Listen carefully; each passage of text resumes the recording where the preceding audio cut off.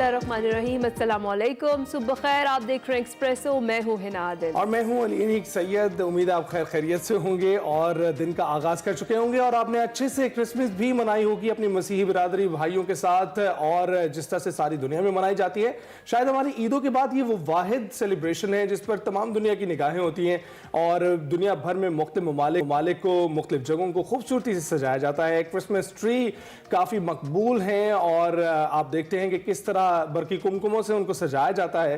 गिरजाघरों में खुसूसी इबादत होती हैं, दुआई तकरीबात का एहतमाम किया जाता है और ये जो क्रिसमस ट्रीज़ हैं ये दुनिया भर में हमें जगमगाते हुए दिखाई देते हैं। बच्चों को सांता क्लॉज तहाइफ देता है जिसका इंतज़ार वो साल भर करते हैं। और इसी तरह से कराची की सेंट पैट्रिक चर्च में भी दुआई तकरीब का एहतमाम किया गया। गवर्नर सिंध की भी शिरकत, पंजाब असम्बली में भी क्रिसमस ट्री नस्ब किया गया है और लाहौर के चर्च में 100 पाउंड का केक भी काटा गया है। पेशावर और कोयटा के गिरजाघरों में भी दुआई तकरीबात हुई हैं और छोटे बड़े शहरों में तकरीबात, मिठाइयाँ तकसीम की गई, केक काटे गए। इसी तरह से सदर और वज़ीर आज़म की मसीही बिरादरी को भी मुबारकबाद, कहा कि क्रिसमस तमाम इंसानियत के लिए अमन, भाईचारे और मोहब्बत का पैगाम है।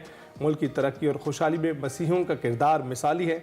बिलावल भुट्टो, वज़ीर आला सिंध, वज़ीर आला और गवर्नर KP की मसीही बिरादरी को भी मुबारकबाद, जबकि मुसल्लह अफवाज की भी मसीही बिरादरी को क्रिसमस पर मुबारकबाद दी गई है। और इसी तरह से ये दिन मनाया गया है जिस तरह हमेशा एक जोश व जज्बे से मनाया जाता है। ना सिर्फ मसीही बिरादरी बल्कि उनका साथ देने के लिए पूरा पाकिस्तान उनके साथ मौजूद होता है और सेलिब्रेशंस करता है। जी हाँ, और सेलिब्रेशंस चल रही हैं, न्यू ईयर तक ही चलती रहेंगी दुनिया भर में, क्योंकि ये पूरा वीक इसी तरीके से सेलिब्रेट किया जाता है क्रिसमस, और फिर क्रिसमस के बाद न्यू ईयर का इंतज़ार होता है सबको जी। और इसी तरह से पाकिस्तान में भी कल भरपूर तरीके से क्रिसमस जो है उसे मनाया गया है। थोड़ी सी मौसम की अगर बात करें तो शदीद सर्दी की लहर है। बालाई और शुमाली इलाकों में शहरी ठिठर कर रह गए हैं। खून जमा देने वाली सर्दी है जिसने निज़ाम ज़िंदगी को फ़िलहाल मफलूज कर दिया। और सकर्दू की अगर बात करें तो पारा -11 तक गिर गया। बिल्कुल, और सर्दी की कितनी शिद्दत है इसका अंदाज़ा अब हम दोनों की आवाज़ों से भी लगा सकते हैं। और सर्दी की शिद्दत इतनी है, जमा देने वाली सर्दी के साथ साथ ये वायरल इन्फेक्शंस जो हैं, बिल्कुल ये लपेट में ले लेते हैं। आपको सुबह सुबह आकर बात करना भी मुश्किल हो जाता है बाज़ औक़ात। लेकिन चले अभी आपको पूरा एक राउंड अप देते हैं हमारे मुल्क में इस वक्त क्या सूरत हाल है। अस्तोर और गोपस में -8 चल रहा है, गिलगित में -7 और कोयटा में -6 डिग्री की सर्दी है। इस्लामाबाद और पेशावर में 1, लाहौर में 7, कराची में कम से कम दर्जा रात 12 सेंटीग्रेड रिकॉर्ड किया गया है, जबकि मुल्क के बेशतर इलाकों में आज भी मौसम सर्द और खुश्क रहने का इम्कान है। कश्मीर और मुल्क का पहाड़ी इलाकों में हल्की बारिश और बर्फबारी की पेशगोई की गई है, जबकि पंजाब और खैबर पख्तूनख्वा के बाज़ मैदानी इलाकों में धुंध का राज रहेगा। मोटरवे की बात करें, मुख्तलिफ सेक्शन पर ट्रैफिक के लिए बिल्कुल बंद है और M1 बुरहान तसवाबी, M4 शोरकोट से मुल्तान, M5 मुल्तान से रोहड़ी तक बंद कर दी गई है। जी हाँ, इसलिए सफ़र करते वक्त एहतियात ज़रूर कीजिए क्योंकि कुछ ऐसे औकात हैं जिनमें मोटरवेज़ को धुंध के बायस बंद कर दिया जाता है। तो ट्रैवल करने से पहले ट्रैवल एडवाइजरी जो है वो ज़रूर चेक कर लिया करें कि जनाब कौन कौन से रास्ते खुले हैं और कौन कौन से बंद हैं। और गैर ज़रूरी सफ़र से आजकल के इस तरह के मौसम में इज्तनाब भी आपको करना चाहिए। और सर्दी के मौसम में अपना ख्याल ज़्यादा रखिए, अपने आपको वार्म कपड़ों से जो है ना वो वार्म रखिए, क्योंकि हम भी कोशिश करते हैं कि हम भी रखें अपने आप को और वायरल इन्फेक्शन से भी दूर रखें। हाँ, लेकिन ये एहतियात सबसे ज़्यादा ज़रूरी है, वो करेंगे तो आप बच जाएंगे। और अगर शिकार हो भी जाते हैं किसी भी किस्म की वायरल इन्फेक्शन का तो फौरी तौर पर एंटीबायोटिक्स पर जो है वो स्विच ना कीजिए। थोड़े गर्म मशरूबात और इस तरह की चीज़ें लीजिए, अपनी सेहत जो है एहतियात से बेहतर कीजिए, क्योंकि दवाइयों के बाद फिर कोई दूसरा ऑप्शन बचता नहीं है कि उससे भी ठीक नहीं हुए तो फिर क्या होगा। तो सर्दी फ़िलहाल बहुत पड़ रही है, ख़ासतौर पर छोटे बच्चों का, अपने बुजुर्गों का बहुत ज़्यादा ख्याल रखिए। जनाब, ये थी मौसम की ओवरऑल सिचुएशन जो पूरे मुल्क भर में चल रही है। अरे आज ज़रा एक्साइटेड हैं आप? आज भी मैच है जनाब। वाइट बॉल सीरीज़ के बाद अगर हम बात करें तो हमारी कौमी टेस्ट टीम के खिलाड़ियों ने भी अब कमर कस ली है और दोनों टीमों के दरमियान पहला टेस्ट आज सेंचुरियन में खेला जाएगा। जनूबी अफ्रीका के खिलाफ पहले टेस्ट मैच के लिए पाकिस्तान की जो फाइनल 11 है उसका भी ऐलान कर दिया गया है। Out of form Abdullah Shafique playing 11 में जगह नहीं बना सके हैं, नाकाम रहे हैं। इतलात के मुताबिक पाकिस्तान की इनिंग्स का आगाज इन फॉर्म साइम अयूब के साथ कप्तान शान मसूद करेंगे और पाकिस्तान ने 4 फास्ट बॉलर्स के साथ मैदान में उतरने का फैसला किया है। इस फैसले पर भी तबसरा होगा आगे चलकर, लेकिन अभी आपको बताते चले कि आमिर जमाल, नसीम शाह, खुरम शहजाद और तजर्बाकार फास्ट बॉलर मोहम्मद अब्बास की प्लेइंग 11 में वापसी हो गई है। और आखिरी बार पाकिस्तान के लिए अगस्त 2021 में वेस्ट इंडीज़ के खिलाफ टेस्ट खेला गया था। मोहम्मद अब्बास ने इस सीज़न में कायद-ए-आज़म ट्रॉफी के 5 मैचों में 31 विकेटों की उम्दा परफॉर्मेंस की वजह से टेस्ट स्क्वाड में अपनी जगह बना ली है, जबकि साबिक टेस्ट कप्तान बाबर आजम, जिन्हें इस साल अक्टूबर में मुल्तान के पहले टेस्ट में और 5 रन बनाने पर इंग्लैंड के खिलाफ 30 और 5 रन की बात कर रहे हैं, बनाने पर उनके खिलाफ दूसरे और तीसरे टेस्ट में उन्हें ड्रॉप कर दिया गया था। उन्हें out of form Abdullah Shafique की जगह टीम में शामिल किया गया है। और ज़राई के मुताबिक जनूबी अफ्रीका के खिलाफ पहले टेस्ट में बाबर आजम नंबर 3 पर खेलेंगे, कामरान गुलाम नंबर 4 और नायब कप्तान साउथ शकील नंबर 5, जबकि वनडे और T20 कप्तान wicket keeper Mohammad Rizwan number 6 पर बैटिंग करेंगे। इसके अलावा अगर बात करें तो batting allrounder Salman Ali Agha number 7 पर बैटिंग के लिए आएंगे। और ये भी वाज़ेह रहे कि T20 सीरीज़ जनूबी अफ्रीका के नाम रही थी, जबकि वनडे सीरीज़ में पाकिस्तान ने मेज़बान टीम को वाइट वॉश कर दिया था। और अब पाकिस्तान और जनूबी अफ्रीका के दरमियान 2 टेस्ट मैचेस की ये सीरीज़ है जो खेली जानी है। और पाकिस्तान और जनूबी अफ्रीका के दरमियान अब तक 28 टेस्ट मैच खेले जा चुके हैं, जिनमें से सिर्फ 6 टेस्ट मैचेस में पाकिस्तान, जबकि 15 में जनूबी अफ्रीका टीम जो है उसका पलड़ा भारी है, तो हमें थोड़ा देख सोच कर खेलना पड़ेगा। आज भी दोनों टीमों के दरमियान 7 टेस्ट मैच बेनतीजा खत्म हुए, इस पर बात करनी है जी हमने। और इसके साथ साथ चैंपियंस ट्रॉफी का शेड्यूल जो है वो भी आ चुका है बिलाखिर, काफ़ी इंतज़ार के बाद। तो ये हाँ, और ये जो फाइनली ये जो क्रिकेट की सूरत हाल है इस पर हम बात करते हैं। हमें ज्वाइन करेंगे खालिक साहब और सैयद मोहम्मद उवैस हमारे साथ मौजूद हैं, स्पोर्ट्स तज्ज़ियाकार हैं। सबसे पहले तो अस्सलाम वालेकुम सलीम खालिक साहब and Uwais, very good morning. Salim Khaliq साहब, ज़रा बात कर लें, अगर जिस तरह से मैनेजमेंट और सिलेक्शन कमेटी ने ऐलान कर दिया है प्लेइंग 11 का, कैसे देखते हैं? जी, जो स्क्वाड सेलेक्ट हुआ है परफेक्ट प्लेइंग 11 है। बस अगर उसमें मीर हमजा भी आ जाते तो और अच्छा होता, क्योंकि शाहीन है नहीं तो एक लेफ्ट आर्म पेसर जो अच्छा परफॉर्म करने लगे पाकिस्तान के लिए, तो मीर हमजा अगर वो होते तो अच्छा रह सकता था, लेकिन अब सिलेक्टर ने सोच समझ के तो फैसला किया होगा। तो बॉलिंग की बात करें, अब्बास की वापसी की बड़ी मुझे खुशी है, क्योंकि बहुत अच्छे प्लेयर हैं, टॉप परफॉर्मर हैं। यहाँ तो चलें कायद-ए-आज़म ट्रॉफी में उन्होंने कैसे फिट ली, जो अभी लोगों को नजर आ रहा है, लोग समझ रहे हैं इस वजह से आए, लेकिन बहुत पीछे भी इसमें उनकी मेहनत शामिल है और उन्होंने बड़ा अच्छा परफॉर्म किया। खासतौर पर इंग्लैंड में जो काउंटी मैचेस में उनकी परफॉर्मेंस बहुत अच्छी होती है, बहुत अच्छे स्विंग बॉलर है, लेकिन कहा यह जाता था कि स्पीड इतनी अच्छी नहीं है, और फिर कहा गया कि एज बहुत हो गई है इस वजह से बाहर। लेकिन फिर जब आकिब जावेद आए तो उसके बाद ये चीज खत्म हो गई है कि भाई उम्र ज्यादा है तो ना खिलाओ उसको, जैसे वो इस तरह उसको लेकर आए थे, तो इसी तरह उनको लेकर आए, तो ये बड़े यूजफुल साबित हो सकते हैं पाकिस्तान के लिए।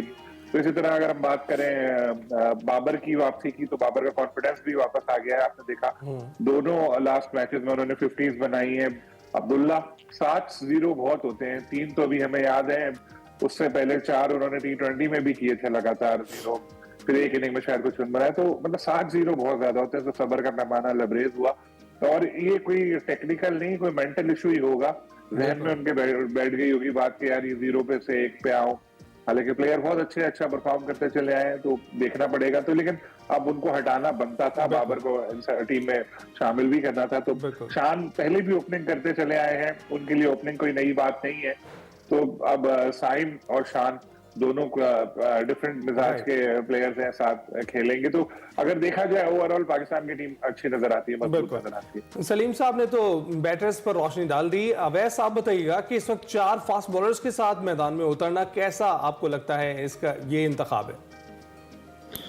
देखिए, आपने सेंचुरियन की विकेट पे खेला, सेंचुरियन की जो विकेट है वो हमेशा पेसर्स को सपोर्ट करती है। आप साउथ अफ्रीका को भी देखें तो उन्होंने पेसर्स पे ही ज्यादा बैंक किया, और इस टेस्ट मैच को अगर देखूं तो मुझे यही लग रहा है कि टेस्ट मैच 4 दिन का होगा या 3.5 दिन का, उससे ज्यादा ऊपर जाएगा नहीं, क्योंकि पेस वर्सेस पेस का यहाँ पर अपना जो फैक्टर है वो बहुत ज्यादा मैटर करता है। जरूर पाकिस्तान को शहनशाह अफरीदी है नहीं, क्योंकि टेस्ट क्रिकेट के अंदर आप कहते हैं ना, एक टेरअवे को एक बहुत जरूरी होता है, कि जो पूरे स्क्वाड के अंदर आप बात करें, नसीम शाह आपने इंक्लूड किया हुआ, लेकिन नसीम शाह आपको पता थोड़ा सा ऑफ कलर नजर आ रहे हैं, स्पेस डिलीवरी की आप बात करें, लेकिन अच्छी बात है कि पाकिस्तान का स्क्वाड आपको वेल सेटल नजर आता है। आपने इंग्लैंड को यहाँ पर 3-0 से शिकस्त भी दी हुई है, पाकिस्तान को आपने व्हाइट वॉश किया हुआ। उसके अलावा एक चीज शान मसूद के ऐसा कप्तान मैं कह रहा हूँ कि ये एक ह्यूमन साइकी है कि प्रेशर जरूर होता है कि यार व्हाइट बॉल की बात करें तो दूसरा जो कप्तान है, बेशक उनके अभी अंडर खेल रहा है रिजवान, वो अच्छा परफॉर्म कर रहा है, उसने सीरीज बैक टू बैक जीती हैं।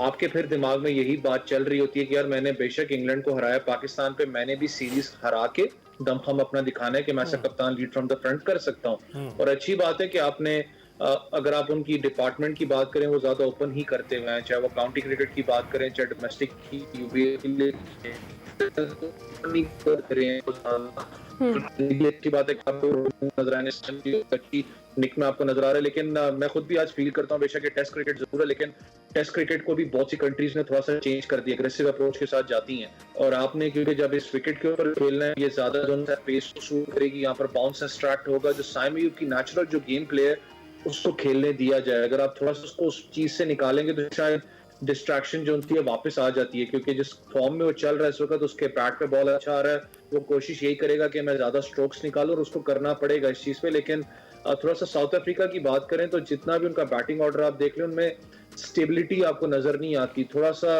वो बैटिंग ऑर्डर है जो ज्यादा लंबी इनिंग्स नहीं खेल सकता। आपको पता है सिर्फ इनके पास एक एल्गर नाम का एक प्लेयर होता था जिसको ज्यादा रेट नहीं किया गया, वो नजर आता था कि लंबी इनिंग्स खेल सकता था। उसके अलावा अगर इस स्क्वाड की बात करें, माकरम देख लें या नीचे स्टब्स देख लें, या ऐसे बैट्समैन है जो कि 30-40 शायद फंस के करें लेकिन ज्यादा प्रेशर अपने ऊपर नहीं लेंगे, कहीं ना कहीं रेयर शॉट जरूर खेलेंगे, सिवाय बबूमा क्योंकि पिछले टेस्ट सीरीज में 100 करके आ रहा है इसके अंदर, तो थोड़ी सी मुझे उनकी बैटिंग ऑर्डर ज्यादा स्ट्रांग नहीं लगती। इसलिए मैंने कहा ना कि पाकिस्तान का जो बॉलिंग अटैक है वो बड़ा डिपेंडेंट है कि वो किस तरीके से यहाँ पर अटैक करता है। बास को सब देखना चाहते हैं, 600 प्लस विकेट्स भी ले चुके हैं, मैं बड़ा हमेशा उनको रेट करता हुआ हूँ कि यार he deserves the chance in the Pakistan team, लेकिन मैंने कहा ना it's going to be ball versus ball, क्योंकि उनकी बॉलिंग यूनिट हमारी बॉलिंग यूनिट तगड़ा आपको स्क्वाड नजर आ रहा है, बैटिंग हमेशा आपकी टेस्ट होगी यहाँ पर। सही है, जबरदस्त। अच्छा सलीम खालिद साहब, जिस तरह से अभी हमने देखा कि वनडे सीरीज में वाइट वॉश किया हमने साउथ अफ्रीका को, और उनके अपने घर पर कभी वाइट वॉश नहीं हुआ उनका इस तरीके से जिस तरह से शाहीनों ने किया है, तो इसका भी कोई प्रेशर होगा उनकी टीम पर? बिल्कुल प्रेशर होगा, और अपने मुल्क में इस तरह से हारना हर किसी के लिए चाहे कोई भी फॉर्मेट हो एक प्रेशर तो पड़ जाता है। और पाकिस्तान टीम तो इस वक्त काफी ऊपर है। अगर हम T20 को छोड़ दें तो टेस्ट में जिस तरह इंग्लैंड को हराया हमने 2-1 से, फिर अभी यहाँ अच्छा परफॉर्म करने का एक मौका है, और जो हमारे टॉप प्लेयर है वो सब परफॉर्म करते चले आ रहे हैं, तो पाकिस्तान के पास तो बहुत अच्छा मौका है कि यहाँ दोनों मैचेस जीते। और इस वक्त देखें जितनी हम लोग दुआएं कर रहे होंगे उससे ज्यादा इंडियन दुआएं कर रहे होंगे कि पाकिस्तानी टीम ये मैच जीते, क्योंकि पाकिस्तान की फतह और जनूबी अफ्रीका की हार से उनके पास फिर उनका मौका बढ़ेगा ICC टेस्ट चैंपियनशिप का फाइनल खेलने के लिए। तो ये तो बड़ी इंटरेस्टिंग है इस वक्त सूरत हाल है कि दोनों पड़ोसी मुल्क एक साथ बैठ के टीम को सपोर्ट कर रहे होंगे। और लेकिन हम देखें T20 और जो अभी टेस्ट का स्क्वाड है साउथ अफ्रीका, फर्क है उसमें, उनकी टेस्ट की टीम अच्छी है, अच्छा परफॉर्म करते चले आई है, इसीलिए सबसे आगे है वो।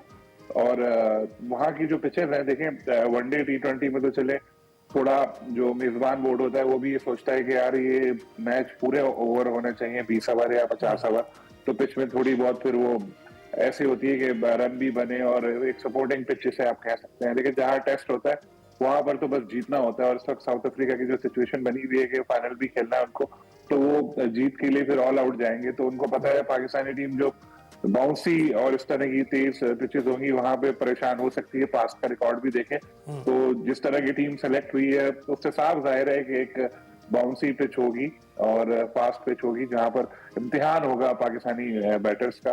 तो देखना ही है कि किस तरह से परफॉर्म कर जाते हैं पाकिस्तानी बैट्समैन, क्योंकि जिम्मेदारी से खेलेंगे, स्कोर बनेंगे, तभी फिर मौका होगा जीतने।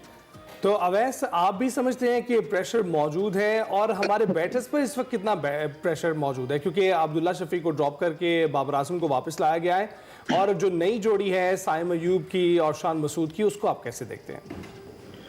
यार अब्दुल्ला शफीक पे बहुत ज्यादा बात भी हो रही है और करनी भी चाहिए।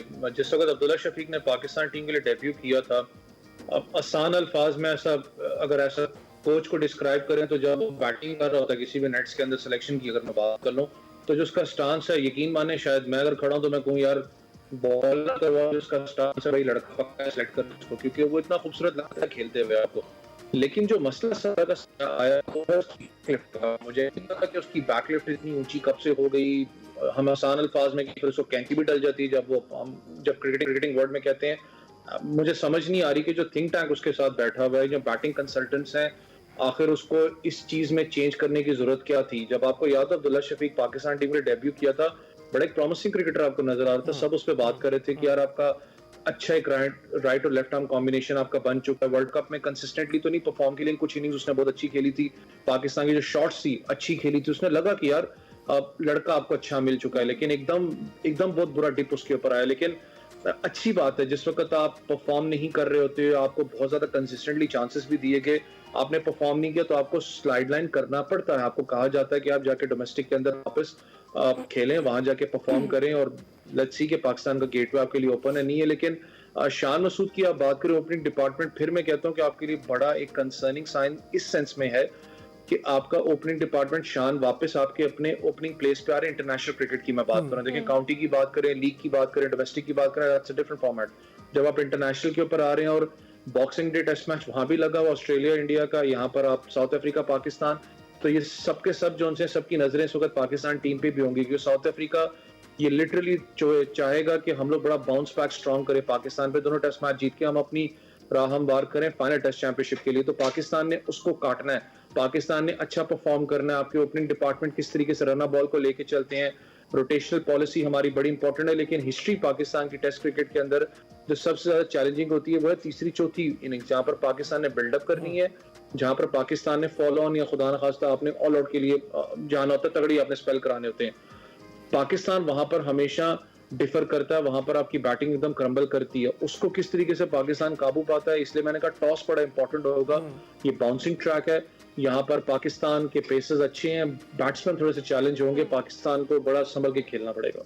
ठीक है जी। अच्छा सलीम खालिक साहब, आप मोहम्मद अब्बास की टीम में वापसी पर क्या कमेंट करेंगे, कैसे देखते हैं? बहुत अच्छा फैसला है। देखिए, जो प्लेयर डिजर्व करता है उसको खिलाना चाहिए और एज को साइड में कर देना चाहिए। जो हम कहते हैं कि भाई फास्ट बॉलर है तो 28 साल का, 29 का हो बस, वरना नहीं। तो बदकिस्मती से अब्बास के साथ ऐसा ही था कि वो इंग्लैंड में खासतौर पे सर काउंटी क्रिकेट वो खेलते हैं और अच्छा परफॉर्म कर रहे हैं वहां पर। तो जब हम यहाँ बात करते थे तो कहते थे उम्र बहुत हो गई है। फिर उनके ऊपर जैसे मैंने पहले भी आपको बताया था कि इल्जाम ये है कि उनका पेस नहीं है इतना। तो ये दो जो चीजें थी जिस तरह से वो बाहर थे, लेकिन अब एक बंदा कुछ ना कुछ तो कर रहा होगा ना, जिसकी वजह से वो इतनी विक्ट्री उसको मिलती है। इंग्लैंड में भी अच्छे क्रिकेटर्स खेल रहे होते हैं, कायद आज़म ट्रॉफी में भी उन्होंने आउट किया। यहाँ की पिचेस कैसी होती हैं आपको कुछ ना कुछ तो होगा ना। तो स्विंग उनके एक बॉलिंग में बहुत कमाल रखते हैं, वो बहुत सीनियर बॉलर है, काफी क्रिकेट खेल चुके हैं, उनको सारे हरबे पता है। तो अगर थोड़ा बहुत पेस का उनका मसला हुआ भी तो भी वो कवर कर लेते हैं अपनी दूसरी जो खूबियां हैं उनकी वजह से। तो ये एक अच्छा इजाफा साबित हो सकता है। लेकिन यहाँ मैं एक बात और कहता चलूं कि शाहीन शाह अफरीदी को टीम में होना चाहिए था, लेकिन शाहीन शाह अफरीदी से किसी बात पर एक सेलेक्टर नाराज हो गए, जिस वजह से वो फिर उनको ये कहे कि ये कि भाई टेस्ट से इनको रेस्ट दिया जाएगा है कि ताकि चैंपियंस ट्रॉफी के लिए ताजा दम होंगे। और मजे की बात है बांग्लादेश लीग के लिए उनको एनओसी दे दी है, जो वो बांग्लादेश लीग खेलने के लिए जा रहे हैं। तो ये कैसा रेस्ट है, ये समझ से बाहर है। जिस पिचेस पे फास्ट बॉलर तरसते हैं खेलने के लिए कि हमें मौका मिले साउथ अफ्रीका की, वहां आपने अपने सबसे प्रीमियर बॉलर को बाहर करके एक मौका दे दिया कि जो एक एडवांटेज मिलता वो गंवा दिया। तो ये एक थोड़ा सा फैसला गलत है, लेकिन अभी भी जो बॉलर हैं वो अच्छे हैं और होपफुली अच्छा परफॉर्म करेंगे। राइट। तो देखें अवैस, आप क्या सोचते हैं? शाहीन शाह को आराम करवाया गया है और ऐसी पिच पर जहां पे फास्ट बॉलर्स 4 फास्ट बॉलर्स लेकर आप मैदान में उतरे, तो कैसा फैसला ये है? लेकिन इसके साथ साथ ये भी बताइएगा कि बहुत डिटेलिंग नजर आ रही है। पहले पीसीबी में और उनकी मैनेजमेंट में ऐसी डिटेलिंग नजर नहीं आ रही थी जिसमें शफलिंग इतनी आसान हो कि आप प्लेयर्स को स्विच कर सकते हैं, कप्तान को स्विच कर सकते हैं, मुख्तलिफ फॉर्मेट्स हैं जिसमें आप मुख्तलिफ स्क्वाड्स लेकर उतर सकते हैं। पहले ये पता था बाबर आजम कप्तान है, पूरी टीम ये है, इनकी आपस में जो है चपक्लेश मौजूद है और उसकी वजह से ये मैचेस हार रहे हैं। लेकिन अब हम बहुत सारी जगह पर मनूवरिंग कर सकते हैं, इस पर आप क्या कहेंगे? देखिए, आपका पूल ऑफ क्रिकेट बड़ा हो चुका है। आपने अच्छी बात है कि पाकिस्तान शाहीन्स, क्योंकि वो स्क्वाड होता है जो कि टॉप कंटेंडर्स होते हैं। आपके पाकिस्तान खेलने से पहले उस सीढ़ी को अपना सीढ़ी जो सी उसको चढ़ के फिर पाकिस्तान टीम के लिए आते हैं। आपने उसको बहुत ज्यादा ब्रॉडन कर दिया है। आप डोमेस्टिक क्रिकेट की बात करें, जैसे हमने कहा, एक अच्छी बात है कि आपका एटलीस्ट एक बैकअप प्लेयर्स का पूल तैयार हो रहा है। देर आए या दुरुस्त मैं कहूंगा कि इस वक्त आए। पाकिस्तान क्रिकेट बोर्ड ने कम से कम शायद उनको ख्याल आ गया कि यार साल डेढ़ तो पड़ा हुआ है, लेकिन T20 का स्क्वाड भी हमने तगड़ा करना है। तो आपको पता है जिम्मेदारी अब्दुल रज़ाक को दी गई कि जो तगड़े बैट्समैन, स्ट्राइक रेट वाले बैट्समैन है, उनको निकाल के यहाँ पर लाया जाए ताकि उनको पॉलिश करें। तो अच्छी बात है कि आप एटलीस्ट उसके बारे में फ्यूचर जो इंसेंटिव्स है उसके बारे में आप सोच रहे हो। आपने पूल ऑफ क्रिकेट को बढ़ाना है और यही बड़ा इंपॉर्टेंट होता है। देखें, जिस वक्त आप इंटरनेशनल लेवल के ऊपर खेल रहे होते हैं, जो आपके सीजन प्लेयर्स होते हैं उनके कहीं ना कहीं दिमाग में ना ये चीज खटकती है कि यार मैं खेल रहा हूँ पाकिस्तान, मेरा नाम बहुत बड़ा है, शायद मुझे टीम से कोई हिला नहीं सकेगा, लेकिन आपने हिलाया और आपने करके दिखाया, और अच्छी बात है कि आपने करके दिखाया कि पाकिस्तान से तो पहले कोई चीज नहीं है, वो स्टार आपके चेस्ट पे लगा हुआ है, आप 23-24 करोड़ आवाम को रिप्रेजेंट कर रहे हो, अगर आप परफॉर्म करोगे ठीक है, नहीं तो दरवाजा आप जा सकते हो। यहाँ पर कप्तानी के बारे में भी आपने बड़ा अच्छा क्लियर स्टांस दे दिया कि वो कप्तान है, उसको सपोर्ट करना नहीं करना, थैंक यू सो मच, आपकी जरूरत नहीं है पाकिस्तान टीम में, आपको बड़ा क्लियर फॉरवर्ड इस चीज पे होना पड़ेगा। अब शाहीन की थोड़ा सा, मैं खुद भी ऐसा फास्ट बॉलर की अगर बात करूं तो हमारे यहाँ एक छोटा सा एक मसला है जो कि शायद हमें समझने की भी जरूरत है। हमारे यहाँ पर जो प्लेयर्स हैं, खास करके क्योंकि प्लेयर एसोसिएशन नाम की चीज है नहीं पाकिस्तान के, ऑस्ट्रेलिया इंग्लैंड के अंदर आपको पता है चीजें होती हैं जो हकूक के लिए, प्लेयर डरता है एक बात करते हुए क्रिकेट बोर्ड से या कोच से या साइकोलॉजिस्ट से या फिजियोथेरेपिस्ट, जो पूरी टीम यूनिट होती है कि यार मैं ऐसा फास्ट बॉलर, मेरी बॉडी सस्टेन नहीं कर रही प्रेशर, मैं 4-डे क्रिकेट नहीं खेल सकता, मैं टेस्ट क्रिकेट नहीं खेल सकता, मुझे पता है मैं ब्रेक डाउन हो जाऊंगा। वो डरता इसलिए क्योंकि क्रिकेट बोर्ड आगे से कहेगा आंखें दिखा रहे हो हमें, खैर है तुम इतनी अकड़ में हो गई। ये लिटरली होती है चीजें, खाली पाकिस्तान में नहीं, बहुत जगहों पे चीजें होती हैं। मैं खुद चाहता था कि शाहीन शाह अफरीदी सेंचुरियन विकेट पे बॉल करवाएं, क्योंकि वो विकेट ऐसी है कि फास्ट बॉलर का पैराडाइज है, वो पसंद करते हैं इस विकेट को।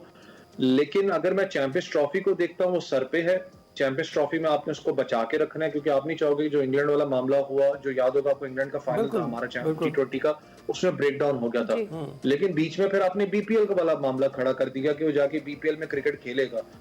क्या पाकिस्तान क्रिकेट बोर्ड के जो इस वक्त फिजियोथेरेपिस्ट हैं, जो पाकिस्तान क्रिकेट बोर्ड के जो स्टेक होल्डर्स हैं, उनकी कितनी लाइजॉनिंग है बीपीएल में जिस टीम की तरफ से वो खेल रहा है कि यार जो वर्कलोड मैनेजमेंट है वो बड़े तरीके से रखना है इसके ऊपर, कि हम उसके ऊपर, क्योंकि चैंपियंस ट्रॉफी हम आई कर रहे हैं, बड़ा टूर्नामेंट है, हम नहीं चाहते कि ब्रेक डाउन हो, हमारा प्राइम फास्ट बॉलर है। इस चीज को मैनेज किस तरीके से पाकिस्तान क्रिकेट बोर्ड कर रहा है, ये बड़ा मैं कहता हूँ कि चैलेंजिंग एक बड़ा बिल्कुल फास्ट बॉलर्स आपके, तो आपको इनको वर्कलोड मैनेज को बड़ा तरीके से करना पड़ेगा। बिल्कुल ठीक है। सलीम खालिक साहब, जरा चैंपियंस ट्रॉफी का जिक्र हो ही गया है, तो फाइनली शेड्यूल का ऐलान कर दिया गया है, कितना खुशाइंद है ये, इतनी देर के बाद जो स्केड्यूल है वो जारी किया गया ICC जानिब से। जी, वो शेड्यूल जो पहले ही जारी हो चुका था, सबको पता था, ऑफिशियली जारी हो गया और बहुत ही इंतजार करवाया, और शुक्र है कि उस दिन जब ICC से मैंने पूछा, उन्होंने कहा आज हो जाएगा, तो वाकई वो आज आ गया था जब वो शेड्यूल सामने आ गया। तो जो बात हो रही थी, जिस तरह इंडिया ने टूर्नामेंट को खराब किया है कि वो 2 मुल्कों में होगा, वरना अगर इंडिया पाकिस्तान का मैच होता लाहौर में या कराची में तो कितनी जबरदस्त हाइप बनती। अब ना इंडियन शायकीन आगे 3 साल तक देख सकेंगे पाकिस्तानी क्रिकेटर्स को अपने होम ग्राउंड पर, ना पाकिस्तानी शायकीन को और मौका नहीं मिलेगा, यहाँ तो वैसे आते नहीं थे। तो अगर देखा जाए तो इस वक्त चौधरी बनकर इंडिया भी सबको पकड़कर बोल तो रहा होगा कि देखो हमने फैसला मनवा लिया, टीम नहीं भेज रहे, पाकिस्तान के लिए भी सिचुएशन ऐसी हो गई, हम भी नहीं भेज रहे 3 साल तक। लेकिन देखा जाए तो क्रिकेट के लिए एक बुरा हुआ, क्रिकेट के शायकीन के लिए गलत हुआ ये कि इस तरह से अब दोनों टीमें एक दूसरे के मुल्क में नहीं खेलेंगी। लेकिन इंडिया पहले ही ऐसा कर रहा था, और इसका सारा कुछ जो कसूर है वो इंडियन हुकूमत हम है, उसे जिम्मेदार ठहराना भी चाहिए, क्योंकि वाकई रंग में भंग तो उन्होंने डाला है। तो अवैध साहब का क्या टेक है इस पर? देखिए, चैंपियंस ट्रॉफी का जितना बेसब्री से इंतजार करवाया, इसको ज्यादा मैं कहता हूँ हाइप वैसी ही बनी हुई थी, और बहुत ज्यादा हाइप बन चुकी है यहाँ पर। जितने तरीके से पाकिस्तान क्रिकेट बोर्ड ने इस पूरे केस को टैकल किया है, ये बेस्ट पॉसिबल था। मैं कहता हूँ जो रिजल्ट यहाँ पर आया, देखिए मैं कभी भी नहीं चाहूंगा कि चैंपियंस ट्रॉफी हमारे हाथ से निकल जाती है, इसको पूरा का पूरा चैंपियंस ट्रॉफी को शिफ्ट आउट कर दिया जाता किसी मुल्क से। हमें समझना पड़ेगा एक चीज को, मुझे पता है जो भी मामला हैं, लेकिन यार स्टेक मार्केट का स्पेसिफिकली अगर बात करें, वो बहुत स्ट्रॉन्ग एक होल्ड करते हैं, आपको पता है पूरी दुनिया क्रिकेट के अंदर वो होल्ड करते हैं। ICC का आधा शेयर तो उनके पास मौजूद है, क्योंकि जनरेट बहुत ज्यादा करते हैं, फिर पूरी दुनिया के अंदर लीग क्रिकेट के अंदर वही रूल इस वक्त कर रहे हैं। तो this was the best possible कि जो पाकिस्तान क्रिकेट बोर्ड जो लड़ सकता था, पाकिस्तान ने अपने आप को मनवाया। लेकिन एक्साइटेड है चैंपियंस ट्रॉफी के लिए, एक अच्छी बात है। पिंडी में आपको पता है पहले हो रहा था कि शायद मैचेस ना हो, लेकिन पिंडी का भी स्केड्यूल अब आ चुका है, 2 मैचेस यहाँ पर खेले जाएंगे, 3 मैचेस यहाँ पर खेले जाएंगे। लेकिन आज भी मैं फिर वही बात रिपीट करूंगा, जितनी अकड़, कहते हैं ना कि मकाफात अमल है, जितनी अकड़ आप दिखा रहे हो, जितनी आप चीजें मामलात कर रहे हो, मुझे नहीं लगता कि ये लोग ग्रुप स्टेज से आगे जाएंगे। और जहां पर इन्होंने पाकिस्तान के पास तक दुबई ये तो दिल की बात की है, ये तो वाज़ेह है। बहुत शुक्रिया अवैस और सब आप दोनों का, आपने अपना तज्जिया पेश किया, और हम बहुत पुरुमीद हैं ना सिर्फ चैंपियंस ट्रॉफी के लिए बल्कि आज के मैच के लिए भी। तो देखते हैं कि शाहीन कैसे परफॉर्म करते हैं। ब्रेक के बाद हासिल। Welcome back to Expresso. जनाब, इंसानियत की खिदमत शायद वो जज्बा और सिफ्त है जो खालिक के नज़दीक सबसे ज़्यादा पसंदीदा है, और किसी दूसरे इंसान की फलाह के लिए काम करना इंसान को इंसानियत की मेराज तक पहुंचाता है। और एक्सप्रेसो में भी आज हमारे साथ एक छोटी सी लड़की मौजूद है जिसने 16 साल की उम्र में यतीम बच्चों की किफ़ालत का बेड़ा उठाया। उज़मा एक NGO का हिस्सा थी जहाँ उन्होंने 3 यतीम बच्चों की किफ़ालत की जिम्मेदारी उठाई, और यूँ 3 बच्चों से शुरू होने वाला घर सिविल केयर होम बन गया जिसमें आज 18 यतीम और बेसहारा बच्चों की किफ़ालत की जाती है। यहाँ पर हर बच्चे की इनफरादी ज़रूरत का खास ख्याल रखा जाता है और तालीम के साथ साथ उन्हें दीगर तख्लीकी कामों की तरफ भी राग़िब किया जाता है ताकि वो अपनी सलाहियतों को बुरोकार ला सकें। मज़ीद इन बच्चों के हवाले से और सिविल केयर होम के हवाले से उनकी बानी उज़मा आसिफ से ही बात कर लेते हैं। इस वक्त हमारे साथ स्टूडियोज़ में मौजूद हैं। उज़मा, बहुत शुक्रिया हमें ज्वाइन करने के लिए। सबसे पहले बताइएगा, आप कैसी हैं? अल्हम्दुलिल्लाह बिल्कुल ठीक। आप कैसे हैं? और कैसे इतनी छोटी सी उम्र में आपने बच्चों की कफ़ालत की जिम्मेदारी उठा ली है? मेरा तो कोई कमाल नहीं है। अल्लाह ताला का ये होता है कि अल्लाह ताला जब अपना करम करते हैं तो फिर वो आपको अपने किसी काम पे लगा देते हैं, तो अल्लाह के फजल से ही ये काम शुरू हुआ है। ज़बरदस्त। तो इस सफ़र का आगाज़ कहाँ से हुआ, ज़रा हमें डिटेल में बताएं ना कि कब आपने ये सोचा या अल्लाह ताला की तरफ से ये सोच आपको कब आई कि आपने ये काम करना है? बेसिकली जब इंसान अपने स्टूडेंट्स अपने स्कूल से निकलते हैं तो उनको नई नई आज़ादी मिलती है, तो उनको होता है कि हम कुछ ना कुछ ज़रूर करें। तो अल्लाह ताला का लाख लाख शुक्र है कि मेरा पॉजिटिव साइड पे इम्पैक्ट गया। तो मुझे था कि मुझे अपनी ज़िंदगी में कुछ करना है, तो then I started working with NGOs। बहुत सारी NGOs के साथ काम किया और फिर करते करते मुझे ख्याल है कि ऐसे बहुत सारे लोग हैं जिनको हमारी ज़रूरत है। तो देन फिर 3 बच्चों से स्टार्ट किया था सिविल केयर होम को, और इस वक्त हमारे पास 18 बच्चे मौजूद हैं। लेकिन अभी उसमें बहुत सारी लड़कियां अभी जो पढ़ लिख कर आगे बढ़ रही हैं, वो ज़िंदगी में कुछ करना चाहती हैं और बच्चों की कफ़ालत की ज़िम्मेदारी जो है वो अमूमन आयत तो दोनों पर होती है, मर्द ख़वातीन दोनों पर। लेकिन ख़वातीन अब मर्दों के शाना बशाना चलने के लिए अब अपने करियर की तरफ ज़्यादा तवज्जो देती हैं, अपने बच्चों को इतनी वो चाहती हैं कि इतने बच्चे ना हो कि वो दोनों चीज़ें मैनेज ना कर पाएँ। लेकिन आप तो 18 बच्चों की कफ़ालत कर रही हैं अपने केयर होम में। ये शुरू कहाँ से हुआ, इसका भी बताइएगा। कितने बच्चे थे शुरू में आपके साथ और ये जज्बा कैसे पैदा हुआ आपको? अब बेसिकली हमारे घर से ही ये स्टार्ट था कि किसी ना किसी तरीके से किसी की हेल्प करते रहना। लेकिन जब इसको बिल्कुल स्टार्ट किया था तो थोड़ा सा घर वालों से इसको हाइड करना पड़ा था, क्योंकि वो चाहते थे कि अपनी स्टडीज़ कंप्लीट करें, तो इसको थोड़ी देर के लिए हाइड करके रखना पड़ा। लेकिन उसके बाद जब उनको बताया तो उन्होंने बहुत ज़्यादा सपोर्ट किया और हर तरह से अभी भी सपोर्ट कर रहे हैं। और ये है कि सिविल केयर होम की ख़ास बात यही है कि यहाँ पर तालीम के साथ साथ तरबियत पे बहुत ज़्यादा ज़ोर दिया जाता है। जैसे आपने बात की कि ख़वातीन चाहती हैं कि वो किस तरह करें।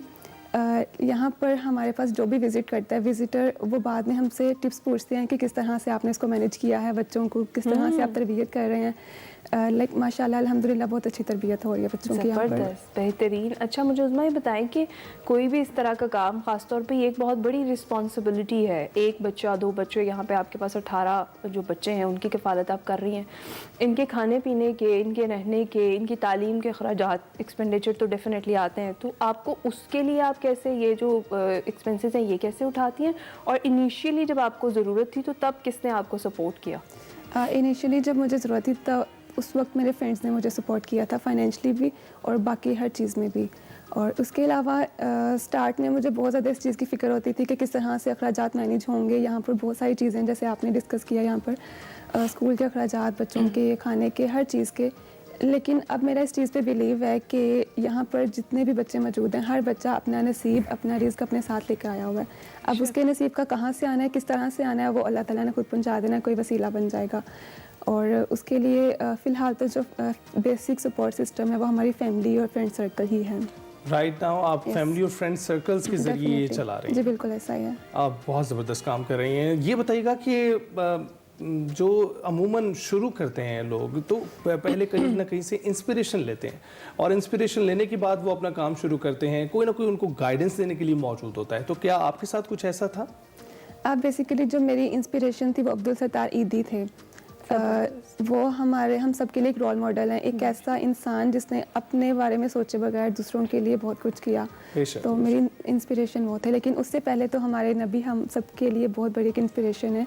लेकिन बेसिकली जो इस दुनिया में मौजूद जो इंसान थे उनमें से मेरी अब्दुल सत्तार ईदी थे। अच्छा, उसमें मुझे बताएं कि ये जो बच्चे आपके पास हैं इनकी क्या रूटीन क्या है? डेली सुबह उठना है, उसके बाद क्या स्कूल के लिए इन्होंने जो पढ़ाई करनी है वो वहाँ पर आप पूरा दिन उनके साथ मौजूद होती हैं? क्या क्या टाइमिंग्स है खाने पीने के, खेलने के, और सब कुछ पहले से प्लान्ड है बच्चों के लिए? बिल्कुल, हमारा पूरा एक शेड्यूल चलता है जिसके अकॉर्डिंग बच्चे हर चीज़ करते हैं। यहाँ पर कुछ बच्चे ऐसे हैं जो कि हमारे स्कूल में जाते हैं और कुछ बच्चे ऐसे हैं जो कि स्कूल में नहीं जाते। बेसिकली जो यहाँ पे बच्चे आते हैं हम पहले उनकी होम स्कूलिंग करते हैं। कुछ बच्चे ने कुछ चीज़ें बाहर से अडॉप्ट की होती हैं, गलत चीज़ें, ऐसी चीज़ें जो उसको नहीं करनी चाहिए, तो वो सारे बैरियर्स हम लोग ख़त्म करते हैं पहले। ये सारा कुछ होता है होम स्कूलिंग में होता है। उसके बाद जो होम स्कूलिंग वाले बच्चे होते हैं वो अपनी मतलब होम स्कूलिंग कर रहे होते हैं। स्कूल वाले बच्चे स्कूल चले जाते हैं, स्कूल से आकर फिर लंच और फिर उसके बाद होमवर्क वगैरह। देन हमारे बच्चे यहाँ पर हिफ्स भी करते हैं। हिफ्स के बाद फिर वो थोड़ी देर के लिए कार्टून्स वगैरह देख लेते हैं और इसी पूरे टाइम के दौरान वो 5 वक्त की नमाज भी पढ़ते हैं। तो हर तरह से वो अपनी बिजी पढ़ाई रहते के हैं। लिए टाइम कैसे निकालती हैं? मैंने कुछ टाइम के लिए ब्रेक ले लिया था अपनी स्टडी से। जब मैंने इसको कंटिन्यू किया था तो मैंने स्टडीज़ का काफ़ी नुकसान हो गया था, तो फिर मुझे अपना फ्रीज़ कराना पड़ा था। लेकिन अब मैंने दोबारा से कंटिन्यू किया तो अब ये है कि एग्ज़ाम्स की नाइट में पढ़ती हूँ, बाकी डेली क्लासेस ले लेती हूँ।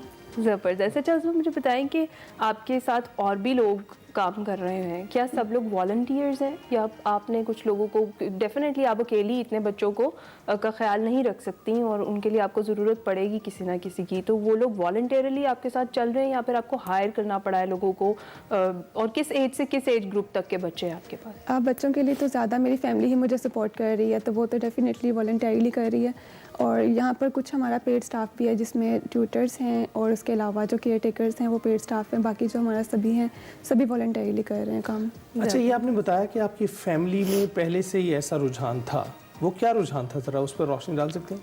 हमारी मदर हमें शुरू से कहती हैं कि अपनी पॉकेट मनी से आप कुछ अमाउंट सेव कर लें। हमारे घर में एक बॉक्स पड़ा हुआ है जिसके अंदर हम सब ने बचपन से लेकर अब तक डेली अपनी पॉकेट मनी से कुछ पैसे डालते हैं।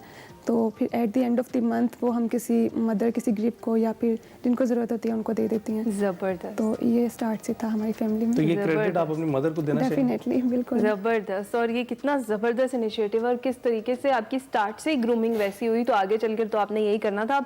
अब क्या प्लान्स है आगे के? सिबिल केयर होम को किस लेवल तक आपने लेकर जाना है in future? CIBIL care home को हमारे पास जितने इस वक्त बच्चे मौजूद हैं, हर बच्चे का अलग अलग इंटरेस्ट है हर चीज़ के अंदर। तो हमारा प्लान ये कि जिस बच्चे का जिस चीज़ के अंदर इंटरेस्ट है हम उसको उसी लेवल के अंदर, उसी फील्ड के अंदर लेकर जाएं। और ऐसे और भी बहुत सारे बच्चे हैं जिनको इस तरह के होम्स की ज़रूरत है, वो भी इंशाल्लाह हम उनको यहाँ पर फैसिलिटेट करेंगे। हम अपने रिसोर्सेज को बढ़ाने की तरफ तवज्जो दे रहे हैं, लेकिन जो हमारा बेसिक प्लान है वो यही है कि बच्चों को दीन और दुनिया को साथ लेकर चलें। राइट। तो ये बहुत ही रिमार्केबल है कि आप जो कुछ भी अभी चला रही हैं वो सिर्फ अपने फैमिली फ्रेंड्स की बुनियाद पर चला रही हैं, लेकिन अगर कोई आपकी फाउंडेशन को, इस केयर होम को जो है सपोर्ट करना चाहे, वो कैसे कर सकता है? अगर आप एड्रेस भी बता सकें तो। बिल्कुल, हमारी सिबिल की वेबसाइट है www.sibilwelfare.org के नाम से। वहाँ पर जाकर जो भी हमसे कांटेक्ट करना चाहे, और सोशल मीडिया पेजेस भी हैं सिबिल वेलफेयर ऑफिशियल के नाम से, तो वो कांटेक्ट कर सकते हैं। और अगर ऐसे कोई बच्चे हैं जिनको हमारी ज़रूरत है तो उस हवाले से भी वो हमारे साथ कांटेक्ट कर सकते हैं। ज़बरदस्त जनाब, ये वो काम है जिसके लिए आप सबको सपोर्ट करना चाहिए, क्योंकि ये बच्चे हमारे कौम के मेमार हैं और जैसे ही पुरजोश तरीके से आप इसको लेके, उस्मा जिस तरीके से बात करी है वो डोनेशन पर उन्होंने फोकस नहीं किया। उन्होंने कहा अभी भी किसी बच्चे को अगर ज़रूरत है हमारी तो उससे आप हमारे तक लेकर आएँ। तो ऐसी जो जगह है, ऐसी जो चीज़ें, यहाँ पर आपको सपोर्ट करना चाहिए। किस तरीके से एक छोटी सी बच्ची ने इतना ज़बरदस्त किस्म का इनिशिएटिव लिया और किस तरीके से वो इसको लेकर चल रही है, बड़ा ज़बरदस्त तरीका है। और अल्लाह ताला इसमें आपके लिए आसानियाँ भी बहुत ज़्यादा पैदा करे। उस्मा, आप कोई मैसेज देना चाहेंगी? आपको बहुत सारे लोग देख रहे हैं। मैं सबसे ये कहना चाहूँगी कि आप अपने आसपास ऐसे बहुत सारे लोग हैं जिनको आपकी मदद की ज़रूरत है। अगर आप उनकी फाइनेंशियली हेल्प नहीं कर सकते या कोई चीज़ आप उनको नहीं दे सकते, आप उनके दुख बांट सकते हैं, आप उनको सुने। ऐसे बहुत सारे लोग हैं जो चाहते हैं कि सिर्फ उनको सुना जाए, तो आप उनको सुने। अगर आप किसी की तरफ मुस्कुरा कर देख सकते हैं तो वो देखें, क्योंकि मुस्कुराना भी एक सदका है। और दुनिया में सबसे खूबसूरत इंसान वो नहीं होते जो सफ़ेद हैं या जो जिनके फीचर्स खूबसूरत हैं।